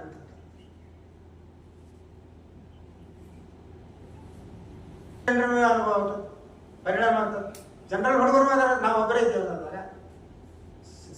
ಶೆಡ್ಯೂಲ್ ಕ್ಯಾಬಿನೆಟ್ ಬಲಗೈ ಒಬ್ಬರೇ ಇದ್ದು ಎಲ್ಲ ಜಾತಿಗಳು ಇದ್ದಾರೆ. ಆ ಜಾತಿಗಳಿಗೆ ಎಂಪ್ಲಾಯ್ಮೆಂಟ್ ಮಾಡಬೇಡ ಅಂತ ಆದೇಶ ಮಾಡ್ತಾರೆ. ಅಂದ್ರೆ ಸಿದ್ದರಾಮಯ್ಯ ನಮಗೆ ಕೇಳೋದಲ್ಲ, ಏನಪ್ಪ ನೀವು ಒಂದು 6% ಜಾತಿಗಳ ಮುಖ್ಯಮಂತ್ರಿ ಇದೆಯಾ, ಈ ದೇಶದ 6 crore 14 lakh ಜನರ ಅಂತಿದ್ದು ನಮ್ಮ ಪ್ರಶ್ನೆ ಅದಾವೆ. ಒಂದರ ಭ್ರಷ್ಟಾಚಾರ ಮಾಡ್ತಾ ಇದ್ದೀರ, ಅಲ್ಲಿ ನಮ್ಮ ಜನರಿಗೆ ವಯಸ್ಸು ಹೋಗ್ತಾ ಇದೆ, ನಮ್ಮ ಹುಡುಗರು ವಯಸ್ಸಾದ್ಮೇಲೆ ನೀವು ಎಂಪ್ಲಾಯ್ಮೆಂಟ್ ಜಾಬ್ ಕೊಡಲ್ಲ ನೀವು, ಮತ್ತೆ ಅದು ಯಾವ್ದಾರು ಜಿಮ್ಮೆದಾರಿ ಯಾರು? ಅದು ಏನಾದ್ರು ಪ್ರೋಗ್ರಾಮ್ ಇದೆ ನಿಮ್ಮ ಕಡೆ, ಅಲ್ಟರ್ನೇಟಿವ್ ಬೇಕಲ್ಲ ಅವ್ರಿಗೆ. ಸೊ ಈ ತರ ಗೊಂದಲದಲ್ಲಿ ಇರೋಂಥ ಆಯೋಗಗಳನ್ನು ನಾವು ಒಪ್ಪೋದಿಲ್ಲ. ಆ ನಂತರ ಸುಪ್ರೀಂ ಕೋರ್ಟ್ನ ಆಯೋಗ ಏನಿದೆ, ಜಜ್ಮೆಂಟ್ ಇದೆ, ಆ ಜಜ್ಮೆಂಟ್ ಪೊಲಿಟಿಕಲ್ ಜಜ್ಮೆಂಟ್ ಇದೆ, ಅದು ಇಂಪೆರಿಕಲ್ ಡಾಟಾ ಇದೆ ಜಜ್ಮೆಂಟ್ ಇದೆ. ನೀವು ಪಾರ್ಲಿಮೆಂಟ್ ಆದೇಶ ಕೊಡಬೇಕಾಗಿತ್ತು. ಈ ದೇಶದಲ್ಲಿ ಇರೋಂಥ ಎಲ್ಲ ಜನರ ಜನಗಣತಿ ಮಾಡಿ ಯಾರಿಗೆ ಎಷ್ಟು ಪಾಲ ಎಷ್ಟು ತಂದಿದ್ದಾರೆ ಕ್ರಿಮಿನಲ್ ಹಚ್ಚಿರಿ, ಯಾರಿಗೆ ಸಿಕ್ಕಲ್ಲ ಅವ್ರ ಅವಕಾಶ ಮಾಡಿಕೊಡಿದ್ರೆ ಅದು ಬಿಟ್ಟು ಪಾರ್ಲಿಮೆಂಟ್ ಅವಾಯ್ಡ್ ಮಾಡಿ ನೀವು ಸ್ಟೇಟಿಗೆ ಪವರ್ ಕೊಡ್ತೀರಿ. ಯಾವ ಇದರ ಸಂವಿಧಾನದಲ್ಲಿ ಸ್ಟೇಟಿಗೆ ಮಾಡ್ಬೇಕಂತ ಫೆಡರಲ್ ಸ್ಟ್ರಕ್ಚರ್ ಆಗಿ ಕಾನ್ಸ್ಟಿಟ್ಯೂಷನ್ ಏನದಲ್ಲ, ನಮ್ಮ ಡೆಮಾಕ್ರಸಿ ಅದಲ್ಲ, ಆ ಡೆಮಾಕ್ರಸಿ ವಿರುದ್ಧ ಹೋಗ್ತಾ ಇದ್ದೀರಿ. ಅದಕ್ಕೆ ದಯಮಾಡಿ ಇದು ಎಲ್ಲ ಜನ ಪರಿಗಣಿಸಬೇಕು. ಆ ನಂತರ ಏನೇನು ಅಪ್ರಚಾರ ಇದೆ, 5%, 6% ಅಪ್ರಚಾರ ಇದೆ. ಆ ಅಪ್ರಚಾರ ಕಿವಿ ಕೊಡಲ್ದೇನೆ ಈ ಕೂಲಂಕುಷವಾಗಿ ಸೆಮಿನಾರ್ಗಳಾಗಲಿ ಡೆಬಿಟ್ಗಳಾಗಲಿ ಆದ ನಂತರ ನೀವು ನಿರ್ಣಯ ಬಂಧಿಸಿ ಈ ಒಳ ಮೀಸಲಾತಿಗಾಗಿ ನಾವೆಲ್ಲ ಒಂದ್ ವೇಳೆ ಯಾರು ತಿಂದಾರ ಅವ್ರು ಹೊರಗಡೆ ಆಗಲಿ ನಮ್ಮ ಪರವಾಗಿ. ಈಗ ಖರ್ಗೆ ಸಾಹೇಬ್ರು ಹೊರಗಡೆ ಆದ್ರೆ ನಾವು ಏನು ಚಿಂತೆ ಅದ? 40 ವರ್ಷದಿಂದ ಪಾರ್ಲಿಮೆಂಟ್ ಅಸೆಂಬ್ಲಿದಾಗ ಇದ್ದಾರ, ಕ್ರಿಮಿನಲ್ ಇದ್ದಾರೆ, ನಾವು ಹೋಗ್ತೇವೆ. ಬಟ್ ಇಡೀ ಸಮಾಜ ಕ್ರಿಮಿನಲ್ ಅಂದ್ರೆ ಇದು 18ನೇ ತಾರೀಕಿಗೆ ಒಂದು ಸಭೆ ಕರೆದಿದ್ವಿ ಮಾನ್ಯ ಮೂಲ್ ಭಾಷೆ ಸರ್ ಅವ್ರ ನೇತೃತ್ವದಲ್ಲಿ. ಆ ಸಭೆಯಲ್ಲಿ ಹಿರಿಯರು, ಯುವಕರು ಎಲ್ಲ ತಾಲೂಕಿನಿಂದ ಬಂದು ಸಭೆಯಲ್ಲಿ ಒಂದು ತೀರ್ಮಾನ ಮಾಡಿದ್ವಿ. ಈ ಒಳ ಮೀಸಲಾತಿ ಬಗ್ಗೆ ಬಹಳಷ್ಟು ಆತಂಕ ಸೃಷ್ಟಿಯಾಗಿದೆ. ನಾನು ಸುಮಾರು 2022ರಿಂದ ವಿರೋಧನೆ ಮಾಡ್ತಾ ಬಂದಿದ್ದು. ಯಾಕಂತಂದ್ರೆ ಇದು ಒಳ ಮೀಸಲಾತಿ ಅನ್ನೋ ಪದನೇ ಅಸಂವಿಧಾನಿಕ. ಯಾಕಂತಂದ್ರೆ ಬಾಬಾ ಸಾಹೇಬರು ರಿಸರ್ವೇಶನ್ ಬಗ್ಗೆ ಮಾತಾಡಿದಾರಲ್ಲ, ಒಳ ಮೀಸಲಾತಿ ಬಗ್ಗೆ ಎಲ್ಲೂ ಮಾತಾಡಿಲ್ಲ. ಯಾಕಂತಂದ್ರೆ ಅಷ್ಟು ದೂರದೃಷ್ಟಿ ಇರ್ತಕ್ಕಂಥ ಬಾಬಾ ಸಾಹೇಬರು ಯಾವತ್ತೂ ಕೂಡ ಜಾತಿಗಳನ್ನು ಒಡೆ ಕೆಲಸ ಮಾಡಿಲ್ಲ, ಜಾತಿಗಳನ್ನು ಸೇರಂತ ಕೆಲಸ ಮಾಡಿದ್ದಾರೆ ಅಂತ ಹೇಳಿ ಸುಮಾರು 3 ವರ್ಷದಿಂದ ವಿರೋಧ ಮಾಡ್ತಾ ಬಂದಿದ್ವಿ. ನಾವೆಲ್ಲ ಯುವಕರು ಸೇರಿ ನಮ್ಮ ಹಿರಿಯರ ಗಮನಕ್ಕೆ ತಂದ್ವಿ. ಸರ್, ಇದೇ ತರ ಆದ್ರೆ ನಮ್ಮ ಸಮಾಜ ಯಾವುದೋ ಒಂದು ದಿಕ್ಕಿಗೆ ಹೋಗುತ್ತೆ. ಮತ್ತೆ ಯುವಕರೆಲ್ಲ ಇವತ್ತು ಬಹಳ ಗೊಂದಲದಲ್ಲಿದ್ದಾರೆ. ಯಾಕಂತಂದ್ರೆ ಇವಾಗ ಸರ್ ತಿಳಿಸಿದ ಪ್ರಕಾರ ನಮಗೆ 6% ಬೇಕು ಎಡಗೈಗೆ, ಬಲಗೈದವರಿಗೆ 5% ಬೇಕು. ಮತ್ತೆ ಹೈದರಾಬಾದು ಕರ್ನಾಟಕ ವಿಭಾಗದಲ್ಲಿ, ಕಲ್ಯಾಣ ಕರ್ನಾಟಕ ವಿಭಾಗದ ಬೀದರ್ ಮತ್ತು ಕಲಬುರಗಿ ಸ್ಪೆಷಲಿ 1% ಅಲ್ಲಿದ್ದಾರೆ ಬಲಗೈಯವರು ಅಂತ ಹೇಳಿ, ಅದು ಕೂಡ ಮಾನ್ಯ ಮಾಜಿ ಸಚಿವರು ಎಚ್ ಆಂಜನೇಯ ಅವರು ಕೂಡ ಒಂದು ಪತ್ರಿಕೆ ಹೇಳಿಕೆಯನ್ನು ಹೇಳ್ತಾರೆ ಸರ್. ಎಂತ ನಾಚಿಕೆ ಹೇಳಿದ ಸಂಗತಿ ಅಂದ್ರೆ, ಇವತ್ತು ಸ್ವತಃ ಅವರೇ ರಿಸರ್ವೇಶನ್ ಅಲ್ಲಿ ಗೆದ್ದಿ ಮಂತ್ರಿಯಾಗಿ ಮತ್ತೆ ತಿರ್ಗಾ ಬಂದು ತಿಂದಿರೋ ತಟ್ಟೆಯಲ್ಲೇ ಏನಪ್ಪಾ ಅಂದ್ರೆ ಉಗುಳಂತ ಕೆಲಸ ಮಾಡ್ತಾ ಇದ್ದಾರೆ. ಯಾಕಂತಂದ್ರೆ ಇವತ್ತು ಜನರಿಗೆ ಸರಿಯಾದ ದಾರಿಯಲ್ಲಿ ಕರ್ಕೊಂಡು ಹೋಗ್ಬೇಕಾಗಿರೋ ಅವರೇ ದಾರಿ ತಪ್ಪಿಸ್ತಾ ಇದ್ದಾರೆ ಸರ್. ಇವತ್ತು ಸಭೆ ತಮ್ಮೆಲ್ಲ ಕರೆದಿರ್ತಕ್ಕಂಥ ಮುಖ್ಯ ಉದ್ದೇಶನೇ ಸಮಿತಿ ಮಾಡಿದ್ವಿ. ಸಮಿತಿ ಹೆಸರಿಗೆ ನಾವೇನ್ ಇಟ್ಟಿದ್ದೀವಿ ಅಂತಂದ್ರೆ ಒಳ ಮೀಸಲಾತಿ ವಿರೋಧ ಹೋರಾಟ ಸಮಿತಿ ಅಂತ ಹೇಳಿ. ಯಾಕಂದ್ರೆ ಇಷ್ಟು ದಿವಸ ಅವ್ರು ಏನೋ ಮಾಡ್ತಾ ಇದಾರೆ, ಅವ್ರ ಕಡೆ ಅವ್ರು ಮಾಡ್ಲಿ. ಯಾಕಂದ್ರೆ ನಮ್ಗೆ ಗೊತ್ತಿತ್ತು ಕೋರ್ಟಲ್ಲೂ ಸ್ಟ್ಯಾಂಡ್ ಆಗೋದಿಲ್ಲ. ಯಾಕಂತಂದ್ರೆ ಸಂವಿಧಾನದಲ್ಲಿ ಇದು ಪದಕ್ಕೆ ಒಂದು ಬೆಲೆ ಇಲ್ಲ ಅಂತಂದ್ಮೇಲೆ ಇದು ಏನ್ ಜಾರಿ ಆಗುತ್ತೆ ಅಂತ ಹೇಳಿ ನಾವಿದೀವಿ. ಇವತ್ತು ನಾವು ಎಲ್ಲರೂ ಸೇರಿ ಚಳವಳಿ ಕಟ್ಟಬೇಕಂತ ಹೇಳಿ ಹೇಳ್ತಕ್ಕಂಥ ಮುಖ್ಯ ಉದ್ದೇಶನೇ ಯಾವ ಒಬ್ಬ ನಾಲ್ಕು ಇದನ್ರಿ ಭಾಸ್ಕರ್ ಪ್ರಸಾದ್ ಅಂತ ಹೇಳಿ. ಯಾಕಂತಂದ್ರ ಇವತ್ತು ನಾವು ನೋಡ್ಬೇಕು, ಇಡೀ ಸಮುದಾಯದ ಲೀಡರ್ಗಳಿಗೆ ಬೈಯೋದು ಸ್ಟಾರ್ಟ್ ಮಾಡಿದ್ದಾರೆ. ಖರ್ಗೆ ಅವ್ರಿಗೆ ಬೈತಾ ಇದಾರೆ, ಪರಮೇಶ್ವರ್ ಸಾಹೇಬ್ರಿಗೆ ಬೈತಾ ಇದಾರೆ, ಆಂಜನೇಯ ಮತ್ತ ಅವರೆಲ್ಲ ಬೆಂಬಲಿಗರು ಅವರೆಲ್ಲ. ಬರೀ ನೀವು ಬೈಯೋದ್ರಿಂದ ನಿಮಗೆ ನ್ಯಾಯ ಸಿಗಲ್ಲ. ನಿಮಗೆ ನ್ಯಾಯ ಬೇಕಾದ್ರೆ ಸಂವಿಧಾನದ ಚೌಕಟ್ಟಿನಲ್ಲಿ ಉಳ್ಕೊಂಡು ಹೋರಾಟ ಮಾಡಿ ನ್ಯಾಯ ತಗೋರಿ ಬೇಕಂದ್ರೆ. ಇವತ್ತು ಅವ್ರೆಷ್ಟು ಬೇಕಾದ್ರೆ ಅವ್ರಿಗಿಂತ ಜಾಸ್ತಿ ಬೈಬೋದು, ಬಟ್ ನಮ್ಗೆ ಅದು ಸಂಪ್ರದಾಯ ನಮ್ದಲ್ಲ ಬೈಯೋದು. ಇವತ್ತು ಯಾರೋ ಒಬ್ಬರು ತಮ್ಮ ರಾಜಕೀಯ ಲಾಭದ ಸಲುವಾಗಿ ಇಡೀ ಸಮುದಾಯವನ್ನು ಬಲಿಪಶು ಮಾಡ್ತಾ ಇದ್ದಾರೆ. ಅದಕ್ಕೆ ಖಂಡಿಸಿ ಇಡೀ ರಾಜ್ಯಾದ್ಯಂತ ನಮ್ಮ ಚಳವಳಿ ಹೊರಡಬೇಕಂತ ಹೇಳಿ ನಾವು ಸಭೆಯಲ್ಲಿ ವೈಜನಾಥ್ ಸೂರ್ಯವಂಶಿ ಸಾಹೇಬರಿಗೆ ರಾಜ್ಯದ ಅಧ್ಯಕ್ಷರಾಗಿ ನೇಮಕಾತಿ ಮಾಡಿದ್ವಿ. ಮತ್ತೆ ಹಿರಿಯರಾಗಿರ್ತಕ್ಕಂಥ ಇಲ್ಲಿ ಸೇರ್ತಕ್ಕಂಥ ಪ್ರತಿಯೊಬ್ಬರು ಕೂಡ ಒಂದೊಂದು ಬದನಾಮ ಅಂದ್ಕೊಂಡು ಎಲ್ಲಾ ಜಿಲ್ಲೆಗಳಲ್ಲಿ ಈ ಚಳವಳಿ ಪ್ರಾರಂಭ ಆಗಬೇಕು. ಯಾಕಂತಂದ್ರೆ ಇವತ್ತು 101 ಜಾತಿ ಇದೆ ಸರ್. ಪರಿಶಿಷ್ಟ ಜಾತಿ ಒಳಗಡೆ ಉಪಜಾತಿಗಳು 101 ಜಾತಿ. ಕೇವಲ ಒಂದೇ ಜಾತಿ ಒಳ ಮೀಸಲಾತಿ ಪರವಾಗಿ ಹೋರಾಡ್ತಾ ಇದೆ. ಇನ್ನು ಉಳಿದ 100 ಜಾತಿ ಯಾರು ಅದ್ರ ಬಗ್ಗೆ ಮಾತಾಡ್ತಾ ಇಲ್ಲ. ಇವ್ರು ಒಡೆದಾಳುವ ನೀತಿ ಮಾಡ್ತಾ ಇದ್ದಾರೆ. ಇದನ್ನ ಖಂಡಿಸ್ತೀವಿ. ಅದಕ್ಕೆ ನಾವು ಮುಂದಿನ ದಿನಗಳಲ್ಲಿ ಉಗ್ರವಾದ ಹೋರಾಟ ಅಲ್ಲ, ಶಾಂತಿಯುತವಾದ ಹೋರಾಟ ಮಾಡಿ ಜನರನ್ನು ಹೋಲಿಸಿ ಇದು ಏನಿದೆ ಸತ್ಯಾಸತ್ಯತೆಯನ್ನು ಹೊರಗೆ ತಂದು ನಾವು ನ್ಯಾಯಬದ್ಧವಾಗಿ ಹೋರಾಟ ಮಾಡ್ತೀವಿ. ಇದಕ್ಕೆ ಬೇಕಾದ್ರೆ ನಾವು ಕಾನೂನಿನ ಪ್ರಕಾರ ಹೋರಾಟ ಮಾಡ್ಲಿಕ್ಕೂ ಸಿದ್ಧ ಇದೀವಿ ನಾವು. ಅದು ಬಿಟ್ಬಿಟ್ಟು ಯಾವುದೋ ಒಬ್ರು ಬಂದು ವಿಷ ಬೀಜ ಬಿತ್ತಿ ಅವ್ರು ಒಬ್ಬರ ಸಲುವಾಗಿ ಇಡೀ ಸಮುದಾಯದ ಒಳಗಡೆ ಕೊಮ್ಮು ಗಲಭೆ ಹೇಳಂತ ಸೃಷ್ಟಿ ಆಗ್ಬಾರ್ದು ಅಂತ ಹೇಳಿ ನಾನು ಎಲ್ಲರ ಮುಖಾಂತರ ಅವರಿಗೆ ಎಚ್ಚರಿಕೆ ನೀಡ್ತೀವಿ. ಇವಾಗ ಸುಧಾರಿಸ್ಕೊಳ್ಬೇಕು ಅವ್ರು. ಯಾಕಂತಂದ್ರೆ ಬರೀ ಬೈಯೋದ್ರಿಂದ ಮನಸ್ತಾಪಗಳಾಗಿ ಅವ್ರು ಬೈದಾಗ ನಾವು ಬೈಯೋದು, ನಮ್ಮ ಯುವಕರೇನು ದಾರಿ ತಪ್ಪಬಾರ್ದು ಒಂದು ನಿಷ್ಠೆ ಒಳಗ ನಾವು ತಡ್ಕೊತಾ ಇದೀವಿನ ಅವ್ರಿಗೆ ಹೆದರ್ತಾ ಇಲ್ಲ. ಇವತ್ತು ಇಡೀ 100 ಜಾತಿಗಳೇನು ಉಪಜಾತಿಗಳಿದಾವೋ ಎಲ್ಲರೂ ಸೇರ್ತಾ ಇದ್ದಾರೆ, ನಮ್ಮ ಜೊತೆಗೆ ಕೈ ಜೋಡಿಸ್ತಾ ಇದ್ದಾರೆ. ಎಲ್ಲರೂ ಸೇರ್ಕೊಂಡು ಬೀದರ್ ಜಿಲ್ಲೆಯಿಂದಲೇ ಒಂದು ಕ್ರಾಂತಿ ಸ್ಟಾರ್ಟ್ ಮಾಡ್ಬೇಕಂತ ಇದೀವಿ. ಇದು ಒಂದು ಬಹಳ ದೊಡ್ಡ ಒಂದು ಸಮಾವೇಶ ಮುಖಾಂತರ ಇಡೀ ರಾಜ್ಯಕ್ಕೆ ಒಂದು ಒಳ್ಳೆ ಒಂದು ಮೆಸೇಜ್ ಕೊಡ್ತೀವಿ ಅಂತ ಹೇಳ್ತಾ ನಾನು ಮಾತಿಗೆ ವಿರಾಮ ಕೊಡ್ತೀನಿ. ನಾನು ವಿಷ್ಣುವರ್ಧನ್ ವಾಲ್ದೊಡ್ಡಿ, ಜಿಲ್ಲಾಧ್ಯಕ್ಷ.